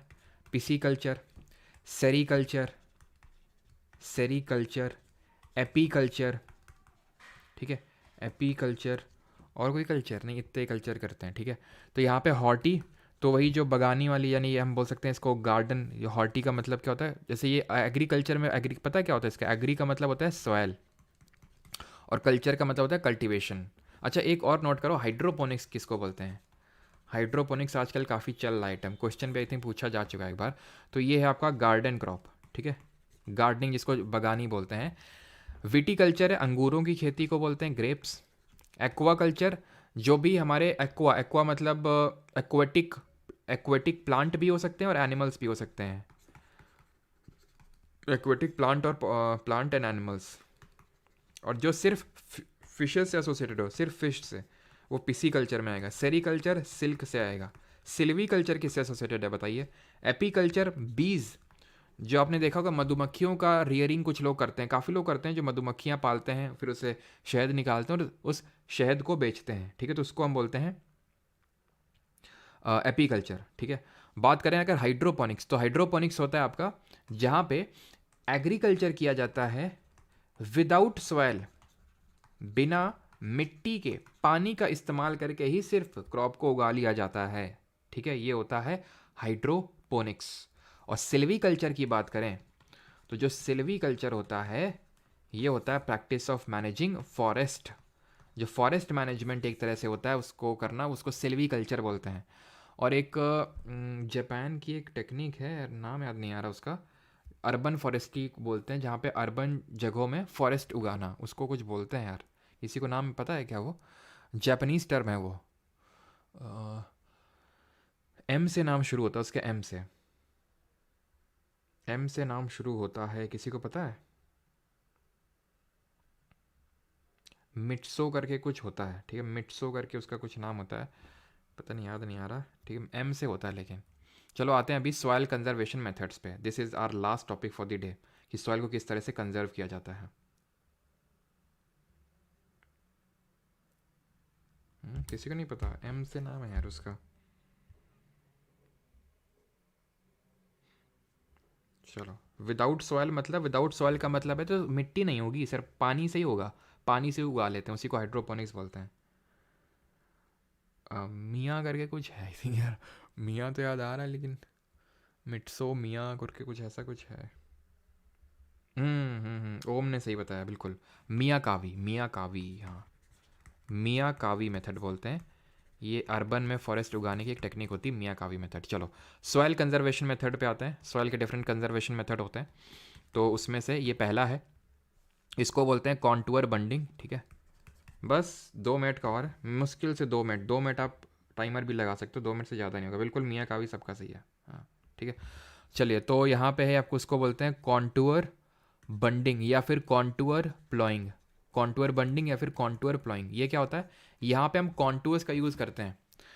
तो यहाँ पे हम करते क्या है कि जहाँ पे हिली ट्रैक्ट्स होते हैं, हिली एरियाज होते हैं, तो यहाँ पे बीच में या तो कुछ हम इस तरह का अरेंजमेंट कर देंगे, पत्थर वगैरह रख देंगे उनके बीच में, मिट्टी से जमा देंगे, या फिर कुछ पेड़ पौधे ही लगा देंगे, जिससे कि सरफेस रन ऑफ ना हो। पानी बरसेगा तो अगेन टॉप सॉइल निकलेगी यहाँ से, तो यहाँ से अगर हम यहाँ पे लगा देंगे पेड़ पौधे तो टॉप सॉइल नहीं उतनी जल्दी निकल पाएगी। इसको कॉन्टूअर बंडिंग बोलते हैं।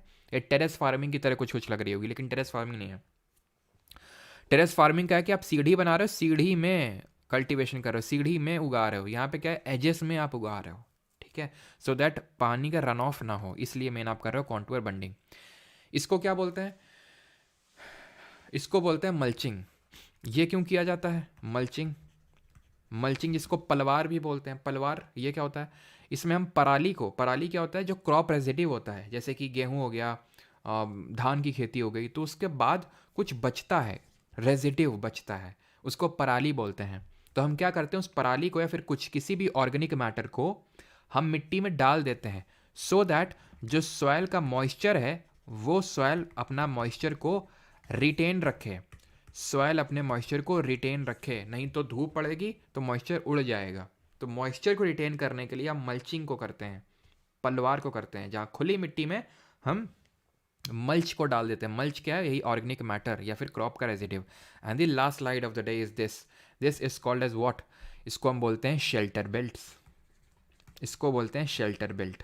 आज ही पीवाईक्यू में क्वेश्चन करवाया है। ठीक है, शेल्टर बेल्ट क्या होते हैं? जहाँ पे जोर की हवा चलती है, तो उससे जोर की हवा से जो हवा, जो मिट्टी है वो उड़ जाती है टॉप सॉइल।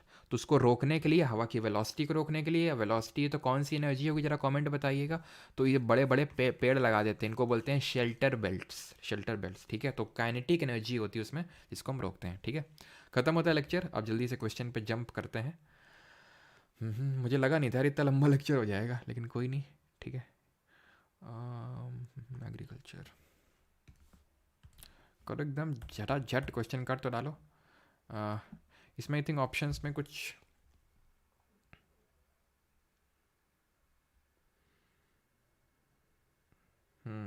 सबका सही। चलो, तो identify the odd one out, odd one को पहचाने। तो white revolution, green revolution, seed fertiliser water technology, या फिर मॉडर्न एग्रीकल्चरल टेक्नोलॉजी। तो यहाँ पे मेरे हिसाब से 2 ऑप्शन, या तो पता नहीं ऑप्शंस में गलत है क्या कुछ, क्योंकि ये दोनों तो ऑड होंगे। एक सेकंड एक सेकंड एक सेकंड, फिर ऑड होना चाहिए यहाँ पे वाइट रेवोल्यूशन। क्यों? क्योंकि भाई ग्रीन रेवोल्यूशन है, जिसको हम वीट रेवोल्यूशन के नाम से जानते हैं। फूड ग्रेन का प्रोडक्शन किया, फूड ग्रेन का प्रोडक्शन कैसे हुआ? ग्रीन रेवोल्यूशन कैसा है? जहाँ पे हमने मॉडर्न एग्रीकल्चरल टेक्नोलॉजी का यूज़ किया, हमने हाई ईल्ड वैरायटी सीड का यूज़ किया, फर्टिलाइज़र भर भर के यूज़ किए। उस फर्टिलाइज़र को यूज़ करने की वजह से हुआ क्या? ये भी एक डाउन साइड है, ध्यान रखना, ये भी एक नेगेटिव है हरित क्रांति का, ग्रीन रेवोल्यूशन का, जिसको आप उसी में नेगेटिव्स में लिखेंगे कि ये क्या डाउन साइड है ग्रीन रेवोल्यूशन का, कि इसमें जब फर्टिलाइज़र का हम बहुत ज़्यादा यूज़ करेंगे सॉइल में, तो आपने एक्स अमाउंट ऑफ, मान लेते हैं, फर्टिलाइज़र का यूज़ किया। अब जब आप अगली बार क्रॉप को उगाएंगे तो आपको 2x यूज़ करना पड़ेगा। ठीक है, 2x नहीं, लेकिन x प्लस डेल्टा तो ज़रूर करना पड़ेगा, यानी कि कुछ एक्स्ट्रा फर्टिलाइज़र आपको डालना पड़ेगा अगर उतनी ही प्रोडक्टिविटी आपको चाहिए लैंड से। तो फर्टिलाइज़र का यूज़ किया, जिसकी वजह से अब और फर्टिलाइज़र और फर्टिलाइज़र कि इसीलिए बोल रहे हैं कि अब हमें जो ऑर्गेनिक फर्टिलाइज़र है उसकी तरफ जाना है। आवाज़ कम, आवाज़ कम है क्या? आवाज़ कम कहा जाए, आवाज़ कम का क्या ऐसा इशू आ रहा है? देखते हैं, आवाज़ अभी भी कम आ रही है क्या? एक बार बताना, आवाज़ अब तो कम नहीं आ रही होगी, एक बार कंफर्म करना। Which of the following is a rabi crop? मैं सुन लेता हूँ एक बार। जो मिट्टी है वो उड़ जाती है टॉप से, तो उसको रोकने के लिए, हवा की वेलोसिटी को रोकने के लिए, वेलोसिटी तो कौन सी एनर्जी होगी जरा? हाँ तो रही यार आवाज़ है फालतू में ही, आवाज़ कम आ रहा है। कमेंट बताइए। तो फर्टिलाइजर का यूज़ किया, इतनी जोर की तो आ रही है आवाज़ यार, हैं। आंसर क्या होगा? राबी क्रॉप कौन सी है? तो राइस खरीफ है, कॉटन खरीफ है, मेज़ भी, मेज़ कैसा नाम है? हिंदी नाम है, खरीफ होगा, ठीक है। मस्टर्ड, लिंसीड, रेप सीड, ठीक है, और आपकी वो कैस्टर, ये सब कैसे नाम थे हमारे? ये इंग्लिश नेम थे, ठीक है। तो राबी होगा ये। राबी हमारा सर्दियों वाला होता है, यानी कि इसको बुआई होती है अक्टूबर के टाइम पर, कटाई होती है अप्रैल के टाइम पे। अगला है हमारा ये क्वेश्चन, जल्दी से करो। Green revolution refer to Indian agriculture. ठीक है, आवाज़ ओके होनी चाहिए यार। और डज ग्रीन रेवोल्यूशन का मतलब क्या? तो ग्रीन रेवोल्यूशन हरित क्रांति है हमारी। क्या हरित क्रांति है? क्या हरित क्रांति है? फूड ग्रेन का प्रोडक्शन, ठीक है, फूड ग्रेन। अगला question, in which type of farming land is use for growing food and fodder crops and rearing live stock? बताओ जल्दी से, सारे क्वेश्चन आप कर सकते हो आप यहाँ पे। तो यहाँ पे हम फूड क्रॉप भी ग्रो कर रहे हैं और लाइव स्टॉक भी उसको रियर कर रहे हैं, खेती भी कर रहे हैं और पशुओं को भी पाल रहे हैं। तो that is called as mixed farming, मिश्रित farming. Option number C answer हो जाएगा, ठीक है। प्लांटेशन में क्या था? प्लांटेशन में था एक single crop big part of land में, लार्ज पार्ट ऑफ लैंड में ग्रो कर रहे थे, जैसे कि कपास हो गई, जूट हो गया, कॉफ़ी हो गया, ठीक है, टी हो गया, रबर हो गया, है ना। आगे बढ़ते हैं। Which is which of the following is not an example of millets और कोर्स ग्रेन्स? मिलेट को हम कोर्स ग्रेन्स के नाम से भी जानते हैं, तो उसका में कौन सा एग्जाम्पल नहीं है? जौर भी, रागी भी है, ये गेहूं नहीं है। गेहूं क्या है? वीट क्या है? स्टेपल क्रॉप है ये, ठीक है, स्टेपल क्रॉप है ये इंडिया की। एग्रीकल्चर सेंसस हर कितने साल में होता है? कितने साल के ड्यूरेशन में होता है? 6 ईयर्स, 5 ईयर, 4 ईयर्स या फिर 10 ईयर्स? कितने साल के ड्यूरेशन में होता है? तो एग्रीकल्चर सेंसस होता है हर 5 साल में। ऑप्शन नंबर बी यहाँ पे सही आंसर होगा। Which of the following is termed as sericulture? Sericulture किसको बोलते हैं? सेरीकल्चर सिल्वीकल्चर में कंफ्यूज नहीं करना है। सेरीकल्चर होता है सिल्क वाला, ये तो ऑप्शन सही नहीं है, ठीक है। सेरीकल्चर होता है आपका सिल्वीकल्चर, ठीक है, और सॉरी सेरीकल्चर होता है आपका सिल्क से एसोसिएटेड, और सिल्वीकल्चर क्या होता है? ये आपका फॉरेस्ट से एसोसिएटेड होता है, जंगल राज, ठीक है। 8th, कल्टीवेशन ऑफ कॉटन को कितने फ्रॉस्ट फ्री डेज चाहिए सर? कपास की खेती के लिए कितने पाले से मुक्त दिनों की आवश्यकता होती है? तो 210 फ्रॉस्ट फ्री डेज रिक्वायरमेंट होती है इसको। 9th, the technique of water plants by the technique of watering plants by making use of narrow tubes which deliver water directly at the base of the plant is called as?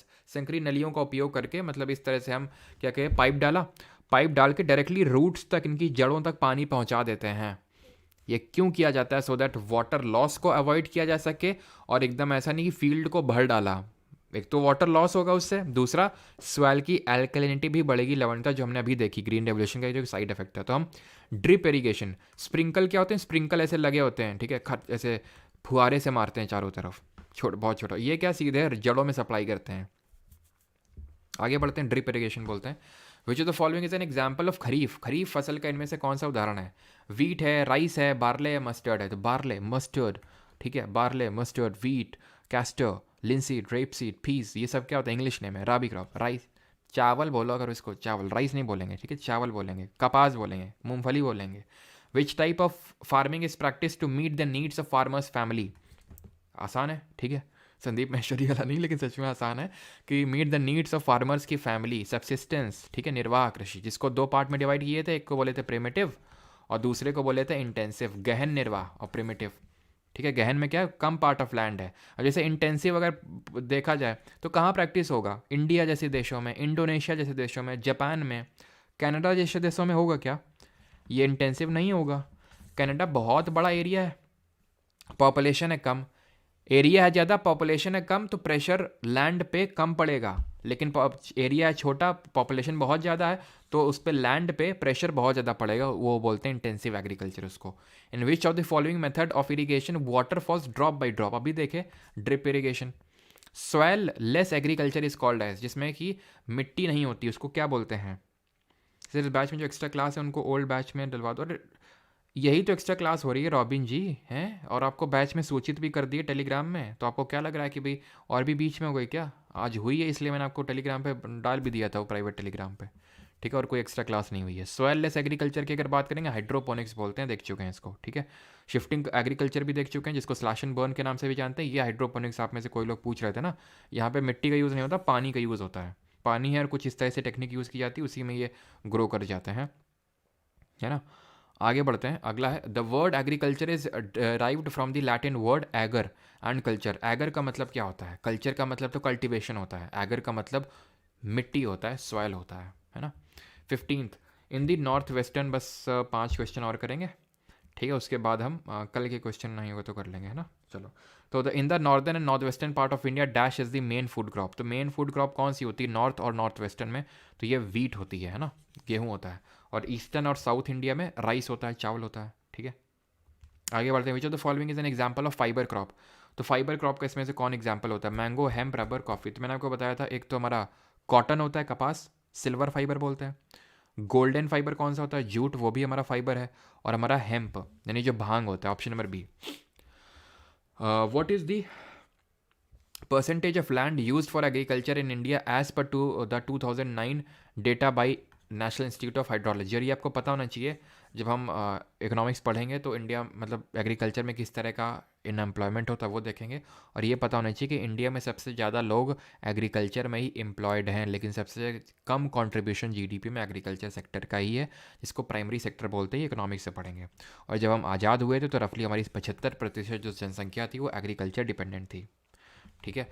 जितने के जिसके भी इधर उधर के question हैं मैं answer कर दूंगा, लेकिन बाद में, अभी इस पे टॉपिक पे फोकस रखिए। 51.09%। DDT adversely affects our environment because DDT क्या करता है? एडवर्सली यानी एडवर्सली अफेक्ट करता है मतलब प्रतिकूल प्रभाव डालता है, यानी कि नेगेटिव इम्पैक्ट डालता है। तो it kills beneficial insects like honey bees, it can allow growth of harmful insect, it can promote harmful insects, ठीक है, एंड इट किल हार्मफुल। और हार्मफुल को मारेगा जो हार्मफुल है, तो ये फिर एडवर्स इफेक्ट कैसे हुआ? ठीक है, एडवर्स कैसे हुआ? It will promote harmful, it can allow growth of harmful insect, ठीक है, इट विल किल बेनिफिशियल। तो ऑप्शन नंबर ए सही आंसर होगा। DDT क्या करता है? जो बेनिफिशियल इंसेक्ट है उनको मार डालता है, तो इसलिए एडवर्सली इफेक्ट करता है। सेकेंड लास्ट क्वेश्चन है, in the given main characteristic of farming of India which is the characteristic of primitive subsistence farming. Primitive का इसमें से कौन सा, क्या पूछ रहा है? प्रिमिटिव का कौन सा एग्जाम्पल है? तो हमने इसी तरह से पढ़ा था ना, एक तो सबसिस्टेंस और दूसरा कॉमर्शियल। सबसिस्टेंस को 2 पार्ट में डिवाइड किया था, प्रिमिटिव और इंटेंसिव, और कॉमर्शियल को प्लांटेशन और कॉमर्शियल में किया। कॉमर्शियल को प्लांटेशन और किस में किया था? प्लांटेशन और आपका था दूसरा कौन सा था? एक तो प्लांटेशन और कौन सा था यार दूसरा? Cash crop. वो तो खैर प्लांटेशन ही हो गई थी, दिमाग से एकदम से उड़ गया। क्या पढ़ा तुम लोगों ने? तो जल्दी से बताओ। तो ये यहाँ पे आंसर क्या होगा? In the given main characteristic of farming of India which is characteristic of primitive subsistence. तो आंसर क्या होगा? Slash and burn, option number ए, जिसको हम शिफ्टिंग कल्टीवेशन के नाम से भी जानते हैं, ठीक है। केमिकल, इंसेक्टिसाइड, पेस्टिसाइड, हाइल्डिंग, ये हमने कहाँ पे पढ़ा था? ग्रीन रेवोल्यूशन में, ठीक है, ग्रीन रेवोल्यूशन में पढ़ा था। हाउ कैन आई,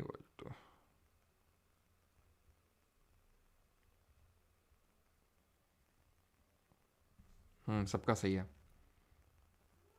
ठीक है। हम मिक्स्ड पढ़ा था, बिल्कुल मिक्स्ड पढ़ा था हम लोगों ने, मिक्स्ड फार्मिंग, ठीक है, जहाँ पे एग्रीकल्चर और लाइफ स्टॉक दोनों होता है। India lost a large portion of dash growing area to Pakistan during partition. तो हमने कौन सा पार्टीशन में खो दिया था? तो अगर आप ध्यान से देखें तो कॉटन होती है उस साइड, है ना, कॉटन होती है, कपास। तो ऑप्शन नंबर डी। जूट तो ईस्टर्न इंडिया में होता है। ये आई थिंक आप कर लेंगे, है कि नहीं? कुछ ही क्वेश्चन है, चलो एक क्वेश्चन और करवाते हैं, 21वां वाला। विच of the following is the main food crop of the semi arid. तो मेन फूड क्रॉप कौन सी? जवार, मेज़, बाजरा या फिर रागी। तो सेमी एरिड जो होता है इलाकों, वहीं पे हमारे क्या होते हैं ना, जो मिलेट होते हैं, मिलेट जिनको हम श्री अन्न या फिर सुपर फूड बोलते हैं। एक तो ग्लूटेन फ्री होते हैं, न्यूट्रिएंट बहुत होते हैं, और इनको वाटर भी नहीं चाहिए होता, वाटर भी बहुत कम चाहिए होता है, इसलिए सेमी एरिड इलाकों में भी हो सकते हैं। फर्टिलाइज़र की जो बहुत ज़्यादा कोई नीड नहीं होती इनको, फर्टिलाइज़र ऐसे ही ग्रो कर दिए जाते, तभी तो इनको गाँव में गाय भैंसों को खिलाया जाता था, ठीक है। तो इसीलिए, क्योंकि इनको बहुत ज़्यादा पानी नहीं चाहिए, बहुत ज़्यादा इनको एक तरह से वो फर्टिलाइज़र भी नहीं चाहिए। तो ये बाजरा इसका आंसर होगा, ऑप्शन नंबर सी, ठीक है। चलिए बाकी आप क्वेश्चन कर लेंगे, ठीक है, आसान से क्वेश्चन है। आप कर लेते हैं थोड़े से जल्दी से, आपने सब्र का बांध टूटने मत दीजिएगा। कल सॉयल और टॉपिक वाले जो थे हमारे क्वेश्चन, उनको कर लेते हैं, सॉयल और नेशनल पार्क, जल्दी से। Thank you sir, good night. बेटा निकलो बेटा तुम पहली फुर्सत में। गुड नाइट है, अभी तुम्हारी गुड नाइट होने लगी। बस कोई बोल रहे हैं कुछ क्वेश्चन और कर लो, हमारे साथ चलना, लेकिन ना अकेले, हमें डर लगता है बाहर जाने में, ठीक है, तो हमारे साथ चलना।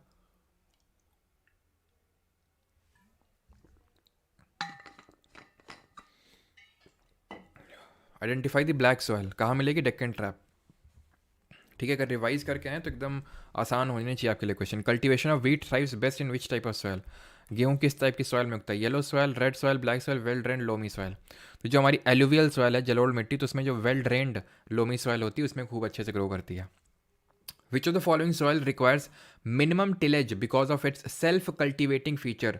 कौन सी होती है सेल्फ कल्टीवेशन की जो कैपेसिटी होती है, खुद को जोत लेती है, स्व जोताई, सेल्फ फ्लोइंग कैरेक्टरिस्टिक होती हैं, तो ये होती है हमारी ब्लैक सॉयल, जिसको हम रेगुर के नाम से भी जानते हैं। डेक्कन ट्रैप में देखने को मिलती है, north western part of Deccan plateau. Cotton सबसे बढ़िया ग्रो करता है, जिसको 210 फ्रॉस्ट फ्री डेज की रिक्वायरमेंट होती है, कॉटन को, कपास को, है ना। लेटेराइट में कॉफ़ी, कैशिव नट, ये बड़ा अच्छा ग्रो करता है, ठीक है, लीचिंग की वजह से बनती है निच्छालन प्रक्रिया। रेड सॉयल रेड क्यों होती है, कमेंट में आप बताएंगे। Colour of alluvial soil varies from, जो हमारी जलोढ़ मिट्टी का वो रंग कैसा होता है, तो रंग होता है इसका light grey to ash grey, ठीक है, light grey to ash grey. और रेड सॉइल की अगर बात करें तो रेड होती है due to presence of iron oxide, और ये लो रेनफॉल एरियाज में देखने को मिलती है, ठीक है। Which of the following is an example of micro nutrient supplied by soil? Micro nutrient का कौन सा एग्जांपल है? तो हम तुमको मैक्रो के बारे में बताए थे। मैक्रो क्या होते हैं? एक तो NPK, नाइट्रोजन, फास्फोरस और पोटेशियम, ये पोटेशियम का सिंबल होता है, केमिस्ट्री भी हम लोग पढ़े नहीं है, पढ़ लेंगे। कैल्शियम, मैग्नीशियम और सल्फर, ये भी हमारे मैक्रो होते हैं, ये 6 होते हैं, इसको छोड़ के जितने हैं सब माइक्रो हो जाएंगे। पोटेशियम मैक्रो, आयरन हो गया माइक्रो, ठीक है, मैक्रो मैक्रो मैक्रो, ठीक है। सिक्स्थ, बाई विच प्रोसेस, बस 20 क्वेश्चन करेंगे, 20 से एक क्वेश्चन एक्स्ट्रा नहीं होगा। By which process water soluble inorganic nutrients go down into the soil horizon and get precipitated as unavailable salt? क्या होता है? हमने पढ़ा था लीचिंग होती है, जहाँ पे इंपॉर्टेंट न्यूट्रिएंट्स या तो वॉश अवे हो जाते हैं या तो अंडरग्राउंड में वो नीचे सेटल डाउन हो जाते हैं। और ये क्यों होती है leaching? Due to heavy rainfall. तो यहीं पे हमें किस टाइप की रेनफॉल देखने को किस टाइप की सॉइल देखने को मिलती है? एल से लीचिंग, एल से लैटेराइट, ठीक है। आगे है which of the following statements is not correct regarding the fertilisers, यानी उर्वरकों के संबंध में निम्नलिखित में से कौन सा कथन सही नहीं है? They are prepared in factories, बिल्कुल फैक्ट्रीज में होते हैं। They are very rich in plant nutrient, plant nutrient पर रिच होते हैं तभी तो डालते हैं, नहीं तो क्या घुइयाँ छीलने के लिए डालते हैं उनको? किस लिए डालते हैं? प्लांट न्यूट्रिएंट्स में रिच होते हैं, जैसे NPK वगैरह जो फर्टिलाइजर में होता है। दे आर मैन मेड, बिल्कुल मैन मेड होते हैं, इनऑर्गेनिक सॉल्ट होते हैं। ये ह्यूमस, इनमें ह्यूमस कहाँ से आएगा भाई? ह्यूमस तो ऑर्गेनिक मैटर है, जो डेड और डिकेइंग प्लांट हो गए, एनिमल्स हो गए, उससे ह्यूमस बनता है, जो टॉप सॉयल में देखने को मिलता है। Eighth, which layer of the soil has maximum concentration of humus, मिट्टी की किस परत में ह्यूमस की सबसे ज़्यादा सांद्रता होती है? बिल्कुल अनुराधा, मयंक, आयुषी, संजना, अदिति, स्वर्णली, रशिका, स्टीव, अंजलि, मानसी, शर्मिष्ठा, सबका सही आंसर है। चलो, तो आंसर क्या होगा भाई? पेरेंट रॉक तो सबसे नीचे है, ठीक है, थोड़ी सी वेदरिंग हो गई, ये होराइजन C हो गया। सब सॉयल होराइजन B हो गया। टॉप सॉयल में होगी option number C, top soil के ऊपर एक ऑर्गेनिक लेयर होती है जिसको O होराइजन के नाम से जानते हैं। एरिड सॉयल कहाँ पे देखने को मिलेगी टिपिकली आपको? तो जहाँ पे एरिड कंडीशंस होंगी, सूखी कंडीशंस होंगी। एरिड कंडीशंस कहाँ पे होती हैं? ये north western side of Aravalli, यानी कि western Rajasthan, option number C, ठीक है। एकदम सब चीज़ें कनेक्टेड हैं, इंटरकनेक्टेड। सॉयल और इसकी कैरेक्टरिस्टिक पे क्वेश्चन है। सैंडी सॉयल होती है, proportion of fine particle is relatively higher, clayey greater proportion of big particles देखने को मिलता है। सर मेरे में आया था एग्रीकल्चर सेंसस कितने साल में होता है? तुम्हारे में आया था तो देख नहीं लिया अभी एग्रीकल्चर सेंसस? सो रहे थे अभी हिटलर हैं? क्यों? अभी देखा तो था 5 साल में होता है, हर साल में, ठीक है। Greater proportion of big particle, तो जब भी इस तरह का सवाल आए जहाँ पे दो चीज़ें लिखी हों तो इसके बहुत ज़्यादा चांसेस होते हैं कि उन दोनों चीज़ों को रिवर्स कर दिया गया होगा, उनकी डेफिनेशन को पलट दिया गया होगा। तो इसका खासा ध्यान रखना है आपको। यहाँ पे वही हुआ है कि जो प्रपोर्शन ऑफ फाइन पार्टिकल होता है वो रिलेटिवली हायर, जो प्रपोर्शन ऑफ बिग पार्टिकल होता है, जो बड़े पार्टिकल होते हैं वो होते हैं सैंडी में, और छोटे पार्टिकल होते हैं क्लेई में। उल्टा कर दिया इसने, तो आंसर नीदर 1 नॉर 2 होगा। करेक्ट पूछा है, ठीक है, करेक्ट। आगे बढ़ते हैं तो नीदर हो जाएगा, ठीक है, नीदर। हाँ, विच of the following factors of soil formation determines the accumulation of soil? मृदा निर्माण का निम्नलिखित में से कौन सा कारक मिट्टी के संचय को निर्धारित करता है? अब फॉर्मेशन ऑफ सॉइल में काफ़ी चीज़ें थी। एक तो पेरेंट रॉक थी, दूसरा वहाँ का क्लाइमेट था, ठीक है, तीसरा वहाँ का टोपोग्राफी था, या फिर एक तरह से हम बोल सकते हैं रिलीफ फीचर्स कैसे हैं वहाँ के, ठीक है, और वहाँ पे किस तरह के ऑर्गेनिजम्स हैं वो भी डिटरमाइन करेंगे, ठीक है। तो ये सारी चीज़ें वहाँ पे डिटरमाइन करती हैं, क्लियर है। तो पेरेंट रॉक हो गई, क्लाइमेट हो गई, टोपोग्राफी भी थोड़ी हो गई, और आपका ऑर्गेनिज्म भी हो गया। तो पेरेंट रॉक बिल्कुल होगा। फ्लोरा फौना भी एक तरह से, ठीक है, फ्लोरा भी होगा और रिलीफ फीचर्स भी होंगे, लेकिन फौना नहीं होगा, ठीक है, फौना ये नहीं होगा पशु वर्ग, ठीक है। ठीक है, ऑप्शन नंबर ए यहाँ पे सही आंसर होगा। अगला है which of the following regarding soil is correct. ठीक है, करेक्ट पूछा है। ये ध्यान रखा करिए कि नॉट करेक्ट या फिर करेक्ट क्या पूछा है, ये बहुत इंपॉर्टेंट होता है। फॉरेस्ट सॉइल और ब्लैक सॉइल, तो these soils are loamy and silty in valley sides, black soil generally poor in phosphoric content. तो ये हम लोगों ने देखा था एलुवियल सॉइल के रिगार्डिंग कि ये रिच होती है पोटाश में और पुअर होती है फॉस्फोरस में। और उसको हमने इस तरह से देखा था कि कैसे वो पुअर होती है फॉस्फोरस में, कि भाई फॉस्फोरस जैसे कि रेड फॉस्फोरस जो माचिस की तीलियाँ होती हैं उसमें होता है, तो अगर ज़्यादा होगा तो लोग बनाने लगेंगे। तो इस तरह से हम लोगों ने पढ़ा था, ठीक है।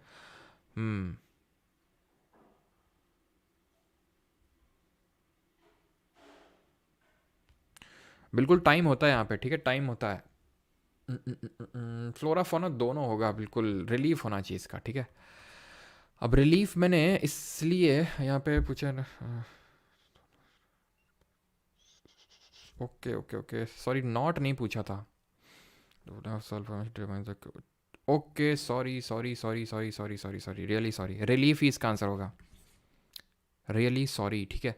ऑलमोस्ट सारी फैक्टर, वही मुझे लगा, डाउट आ रहा था कि और इसमें तो सारी फैक्टर्स होते हैं। इसमें ये पूछा है कि एक्यूमुलेशन, मैंने गलती से ये समझ लिया कि इसमें से कौन सा फैक्टर रिस्पॉन्सिबल नहीं है, बट इसमें यहाँ पे पूछ रहा है एक्यूमुलेशन ऑफ जो सॉयल है उसके लिए कौन सा रिस्पॉन्सिबल है।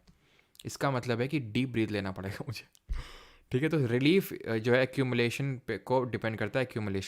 एक्यूमुलेशन जो है, ये टाइम जो फैक्टर होता है, टाइम भी डिटरमाइन करता है, बिकॉज हज़ारों साल लग जाते हैं फ्यू सेंटीमीटर ऑफ सॉयल को बनाने के लिए। तो ये भी कहीं ना कहीं टाइम का फैक्टर भी एक्यूमुलेशन ऑफ सॉयल पे डिपेंड करता है। रिलीफ इसका आंसर होगा, ठीक है।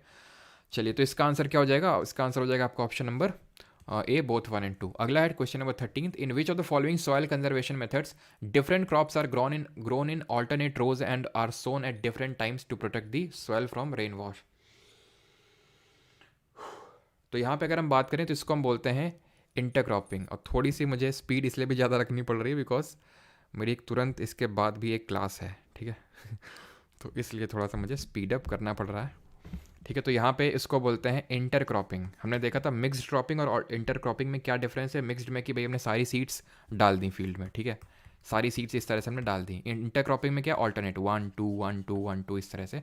तो option number D. Contour ploughing क्या है, जहाँ पे आपने कॉन्टूर बैरियर्स लगा दिए हैं जिससे कि सरफेस रन ऑफ कम हो जाए, सॉइल इरोजन ना हो। शेल्टर बेल्ट्स, जहाँ पे हमने विंड की वजह से जो सॉइल इरोजन होता है उसको रोकने के लिए। टेरेस फार्मिंग, वही जो टेरेस में कर रहे हैं farming. In which of the soil conservation method in the coastal and dry regions rows of trees are planted to check the wind movement. तो ये अभी देख चुके हैं, ये बोलते हैं इसको शेल्टर बेल्ट। मल्चिंग क्या होती है, यहाँ मल्च यानी कि ऑर्गेनिक मैटर क्रॉप रेजिड्यू को डाला जाता है so that soil moisture retain रहे। 15th,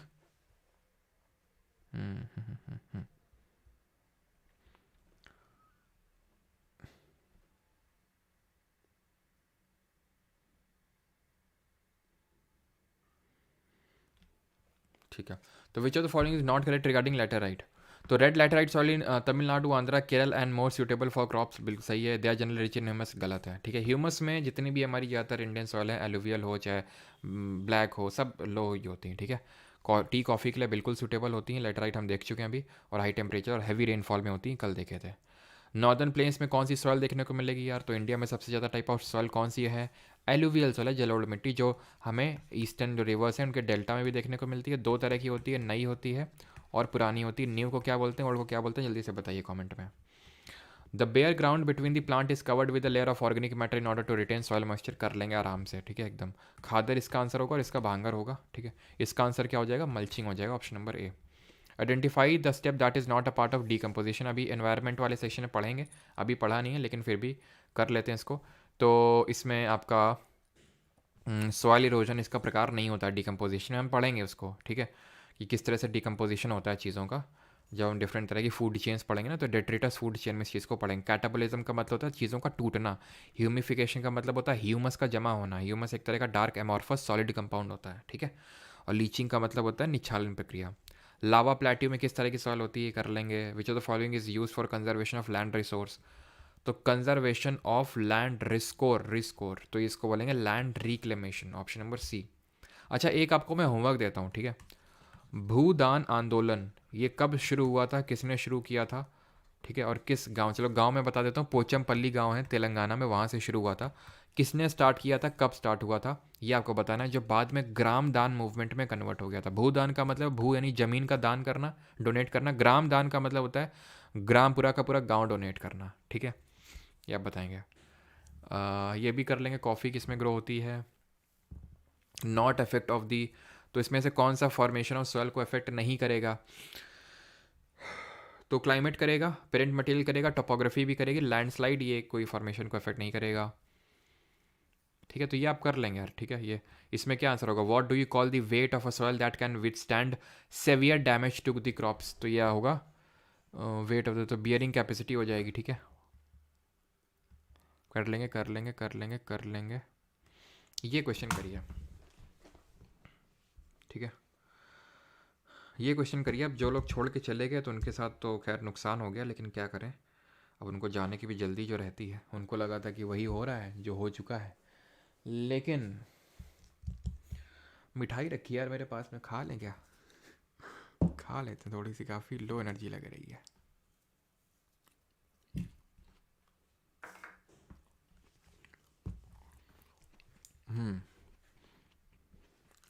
आंसर बताओ, बिल्कुल विनोबा भावे सही आंसर होगा।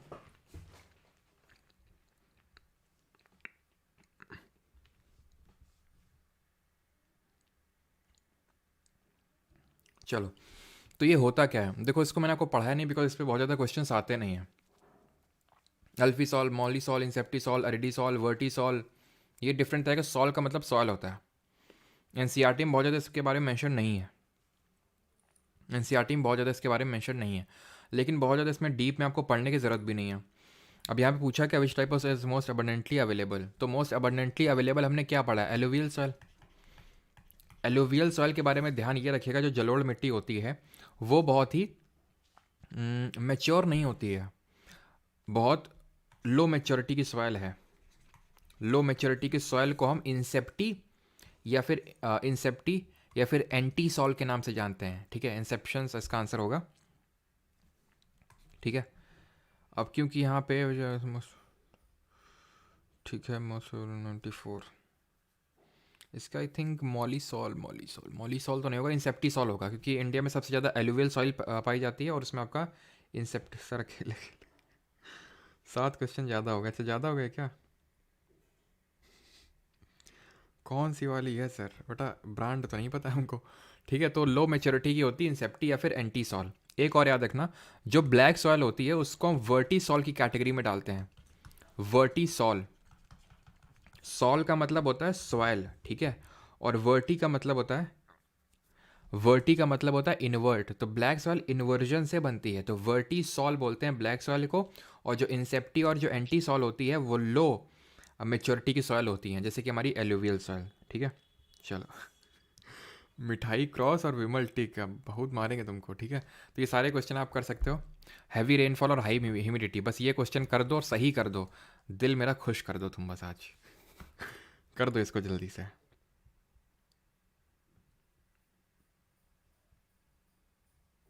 मिठाई मत खाओ तो डाइट, डाइट यही तेल लेने डाइट खाने के लिए कुछ तो है, डाइट उसके लिए होता है जो भाई जिसने खा खा के बहुत मोटा हो गया, भाई मैं मोटा नहीं हूँ, ठीक है। तो यहाँ पे अगर आंसर बात करें, यहाँ पतले भी नहीं तो मोटे भी नहीं, तो चलता इतना, तो हैवी रेनफॉल और हाई ह्यूमिडिटी, तो सही आंसर क्या होगा यहाँ पे, सही आंसर होगा ह्यूमिडिटी भी। अब हैवी रेनफॉल तुम लेटराइट मत लगा, लेटराइट तो वैसे है भी नहीं, पीटी सॉइल होगा इसका आंसर, ठीक है। लो rainfall red, high rainfall high temperature laterite, heavy rainfall और हाई ह्यूमिडिटी पीटी हो जाएगी, ठीक है। चलो अब यार क्वेश्चन करना ही, अब नेशनल पार्क को भी थोड़ी सी अटेंशन दे लेते हैं, जल्दी से करिए पहला क्वेश्चन। 5 क्वेश्चन बस होंगे नेशनल पार्क के, सच बता रहा हूँ, इसके बाद कोई एक क्वेश्चन भी नहीं होगा, सिंगल क्वेश्चन हो तो छोड़ के चले जाना। Which of the following is the closest and wild relative of domestic cattle protected in some of the famous national parks of India like Nagarhole और बांदीपुर में किस तरह का आपको जानवर मिलेगा, बताओ। तो मिलेगा आपको गौर, ये एक तरह की काली मतलब जंगली भैंस होती है ये, ठीक है। और ये है कहाँ पे, नागरहोल, बांदीपुर, बनरघट्टा, बताओ कहाँ पे जल्दी से। गोरुमारा। हाँ, गोरी कौन थी हमारी, नोरा जी, ठीक है। नोरा जी से न्योरा वैली नेशनल पार्क, सुंदर भी थी, सुंदरबन नेशनल पार्क, है ना। तो आंसर क्या हो जाएगा, option number C, West Bengal, है ना। वेस्ट बंगाल की गोरी नोरा जी हमारी थी, जल की रानी थी, तो जलदापारा नेशनल पार्क, है ना। तो यहाँ पे आंसर क्या हो जाएगा, ये कर्नाटक के हैं सारे, नागरहोल, बांदीपुर और बनरघट्टा। जिम कॉर्बेट कहाँ पे है, हाँ, तो जिम्मी जी किसके लिए लेके गए थे, जिम्मी जी के लिए हमारे राजा जी लेके गए थे, तो Rajaji national park, Jim Corbett national park, valley of flowers national park, ठीक है। Valley of flowers national park तो ये कहाँ पे, उत्तराखंड में। और जिम कॉर्बेट तो हमारा पहला भी नेशनल पार्क है, 1936 में इस्टेब्लिश हुआ था। तब इसका नाम क्या था, कमेंट में बताएंगे पुराना नाम। और यहीं पे आपका प्रोजेक्ट टाइगर भी लॉन्च किया गया था, कब, किस ईयर में, ये बताएंगे जल्दी से। Which the following national park is not located in Maharashtra, Maharashtra में कौन सा नहीं है, गुगामल, ताडोबा, नवगांव या फिर बांधवगढ़। तो भाई नवगांव भी हमने देखा था, ताडोबा भी देखा था, गूगामल नहीं देखा था, लेकिन बांधवगढ़ तो देखा था ना, मध्य प्रदेश में। ऑप्शन नंबर डी खत्म, ठीक है। और इसका नाम, पुराना नाम हेलीज नेशनल पार्क, और प्रोजेक्ट टाइगर 1973 में लॉन्च हुआ था, 1973 में, इसी नेशनल पार्क से। और प्रोजेक्ट एलिफेंट कब लॉन्च हुआ था, ये पांचवा क्वेश्चन है, यानी अब आखिरी क्वेश्चन होगा। चलो, दाचीगाम राष्ट्रीय उद्यान कहाँ पे, दाचीगाम नेशनल पार्क कहाँ पे लोकेटेड है, कर्नाटक, गुजरात, केरल या फिर जम्मू कश्मीर। तो 2 ग्राम किशमिश, किशमिश से किश्तवाड़। और एक क्वेश्चन मैं आपसे पूछता हूँ, कौन सा स्टेट है जहाँ पे सबसे ज़्यादा नंबर ऑफ नेशनल पार्क है, कौन सा राज्य है जहाँ पे सबसे ज़्यादा आपके राष्ट्रीय उद्यान है, आपको बताना है। तो 2 ग्राम किशमिश, तो किश्तवाड़ नेशनल पार्क था, हेमा जी को दी थी हेमिस नेशनल पार्क, और किसने दी थी ये बताएंगे जल्दी से कमेंट में। तो यहाँ पे आंसर क्या होगा, Jammu and Kashmir, option number D. तो हेमिस आपका तो खैर वहाँ पे है, लद्दाख में। स्टेट की अगर बात करें जहाँ सबसे ज़्यादा राष्ट्रीय उद्यान है, most number of national park, तो मध्य प्रदेश में सबसे ज़्यादा नेशनल पार्क हैं। और प्रोजेक्ट प्रोजेक्ट एलिफेंट 1992 में लॉन्च हुआ था। बस आखिरी क्वेश्चन है ये, Eld's deer subspecies which is classified as endangered in IUCN red list. तो ये कहाँ पे पाई जाएगी, डियर की स्पीसीज, बताओ जल्दी से। तो भाई हमने यहाँ पे दाचीगाम और यहाँ पे तो देखा था, एक हमारा हंगुल करके मिलता है, हंगुल एनिमल जो स्टेट एनिमल है जम्मू कश्मीर का।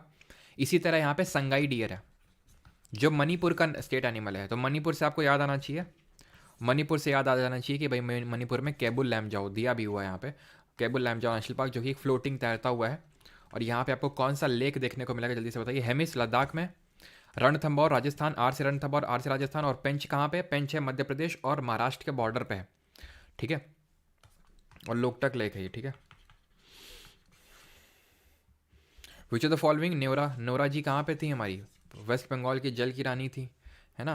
कौन सा, ये इंपॉर्टेंट है, ये हम लोगों ने आई थिंक किया है क्या। Which national park among the following is the largest protected area in the eastern Himalaya सब रीजन। ईस्टर्न हिमालय सब रीजन में कौन सा आपको मिलेगा, जल्दी से आपको बताना है, ठीक है। चलो, तो ईस्टर्न हिमालयाज में पूछा गया, तो बांदीपुर का तो हिमालय से कोई लेना देना नहीं, ईस्टर्न और वेस्टर्न तो छोड़ ही दो, कर्नाटक में। केबुल लमजाओ है मणिपुर में, जिम कॉर्बेट ये ईस्टर्न हिमालय नहीं वेस्टर्न हिमालय है, क्योंकि ये उत्तराखंड यहाँ पे पड़ता है ना, तो ये वेस्टर्न हिमालय हुए ना, पूरा हमने देखा था रीजनल डिवीजन ऑफ हिमालय, ये western Himalaya, middle and then eastern. तो ईस्टर्न मतलब ये है कि नॉर्थ ईस्टर्न स्टेट की बात कर रहे हैं। नामदाफा आंसर होगा, नामदाफा अरुणाचल प्रदेश में है। ये कल हम लोगों ने नहीं पढ़ा था, इसको अच्छे से नोट कर लीजिएगा, अरुणाचल प्रदेश में नामदाफा नेशनल पार्क है, नामदाफा राष्ट्रीय उद्यान। आखिरी क्वेश्चन आज का, and that is black buck national park कहाँ पे देखने को मिलेगा, ब्लैक बक नेशनल पार्क, जिसका हमारे सैलमन भाई ने, है ना, याद है आपको। तो आंसर क्या है, गुजरात है, ऑप्शन नंबर बी, जहाँ पे गिर राष्ट्रीय उद्यान भी है, गिर नेशनल पार्क। और लिटिल रन ऑफ कच्छ है, लिटिल रन ऑफ कच्छ किसके लिए फेमस है, सिक्किम में कौन सा है, जल्दी से आप कमेंट बताएंगे। और हरियाणा में सबसे कम फॉरेस्ट कवर है। चलिए, भीतर कनिका भी सब आप करते रहिएगा, ठीक है। सिक्किम में कंचनजंगा नेशनल पार्क है, बायोस्फीयर रिजर्व भी है, जो वर्ल्ड की सबसे highest mixed world heritage site है, ठीक है, पूरे वर्ल्ड में। और गुजरात का जो लिटिल रन ऑफ कच्छ है, ये वाइल्ड एस के लिए, जंगली गधे के लिए फेमस है। और काजीरंगा वन हॉर्न राइनो के लिए फेमस है, एक सींग वाले गेंडे के लिए फेमस है, ठीक है। और मानस भी आपका असम में ही है। बाकी की आप खुद कर सकते हैं, आसान से हैं, बक्सा, है ना, ख़त्म हमारे यहाँ पे। तो आप इनको करते रहिएगा, है ना। चलो, बाकी मैं प्रोवाइड करवा दूंगा बैच में। तो ऑलराइट, थैंक यू सभी को। बाकी मिलते हैं यार कल, ठीक है। तो कल हम लोगों का क्लास रहने वाला है मिनरल्स पे, और हम लोग के मानसून वाले टॉपिक के क्वेश्चंस नहीं हुए, तो करना चाहते हो तो बताओ, फिर करवा दें। तो वो हम लोग कल कर लेंगे, ठीक है। मानसून जो टॉपिक हम लोग का छूटा हुआ था उसके जो क्वेश्चंस, तो मिनरल्स कल पढ़ लेंगे उसके क्वेश्चंस, और कल हम लोग कर लेंगे मानसून के ही क्वेश्चंस, ठीक है। थैंक यू सभी को, धन्यवाद। और रिवीजन करते रहिए, सारी चीज़ें पढ़ी हुई हैं, बट रिवीजन नहीं होगा तो फिर आप कर नहीं पाएंगे क्वेश्चंस को, तो रिवीजन करते रहिए मल्टीपल टाइम्स। Thank you.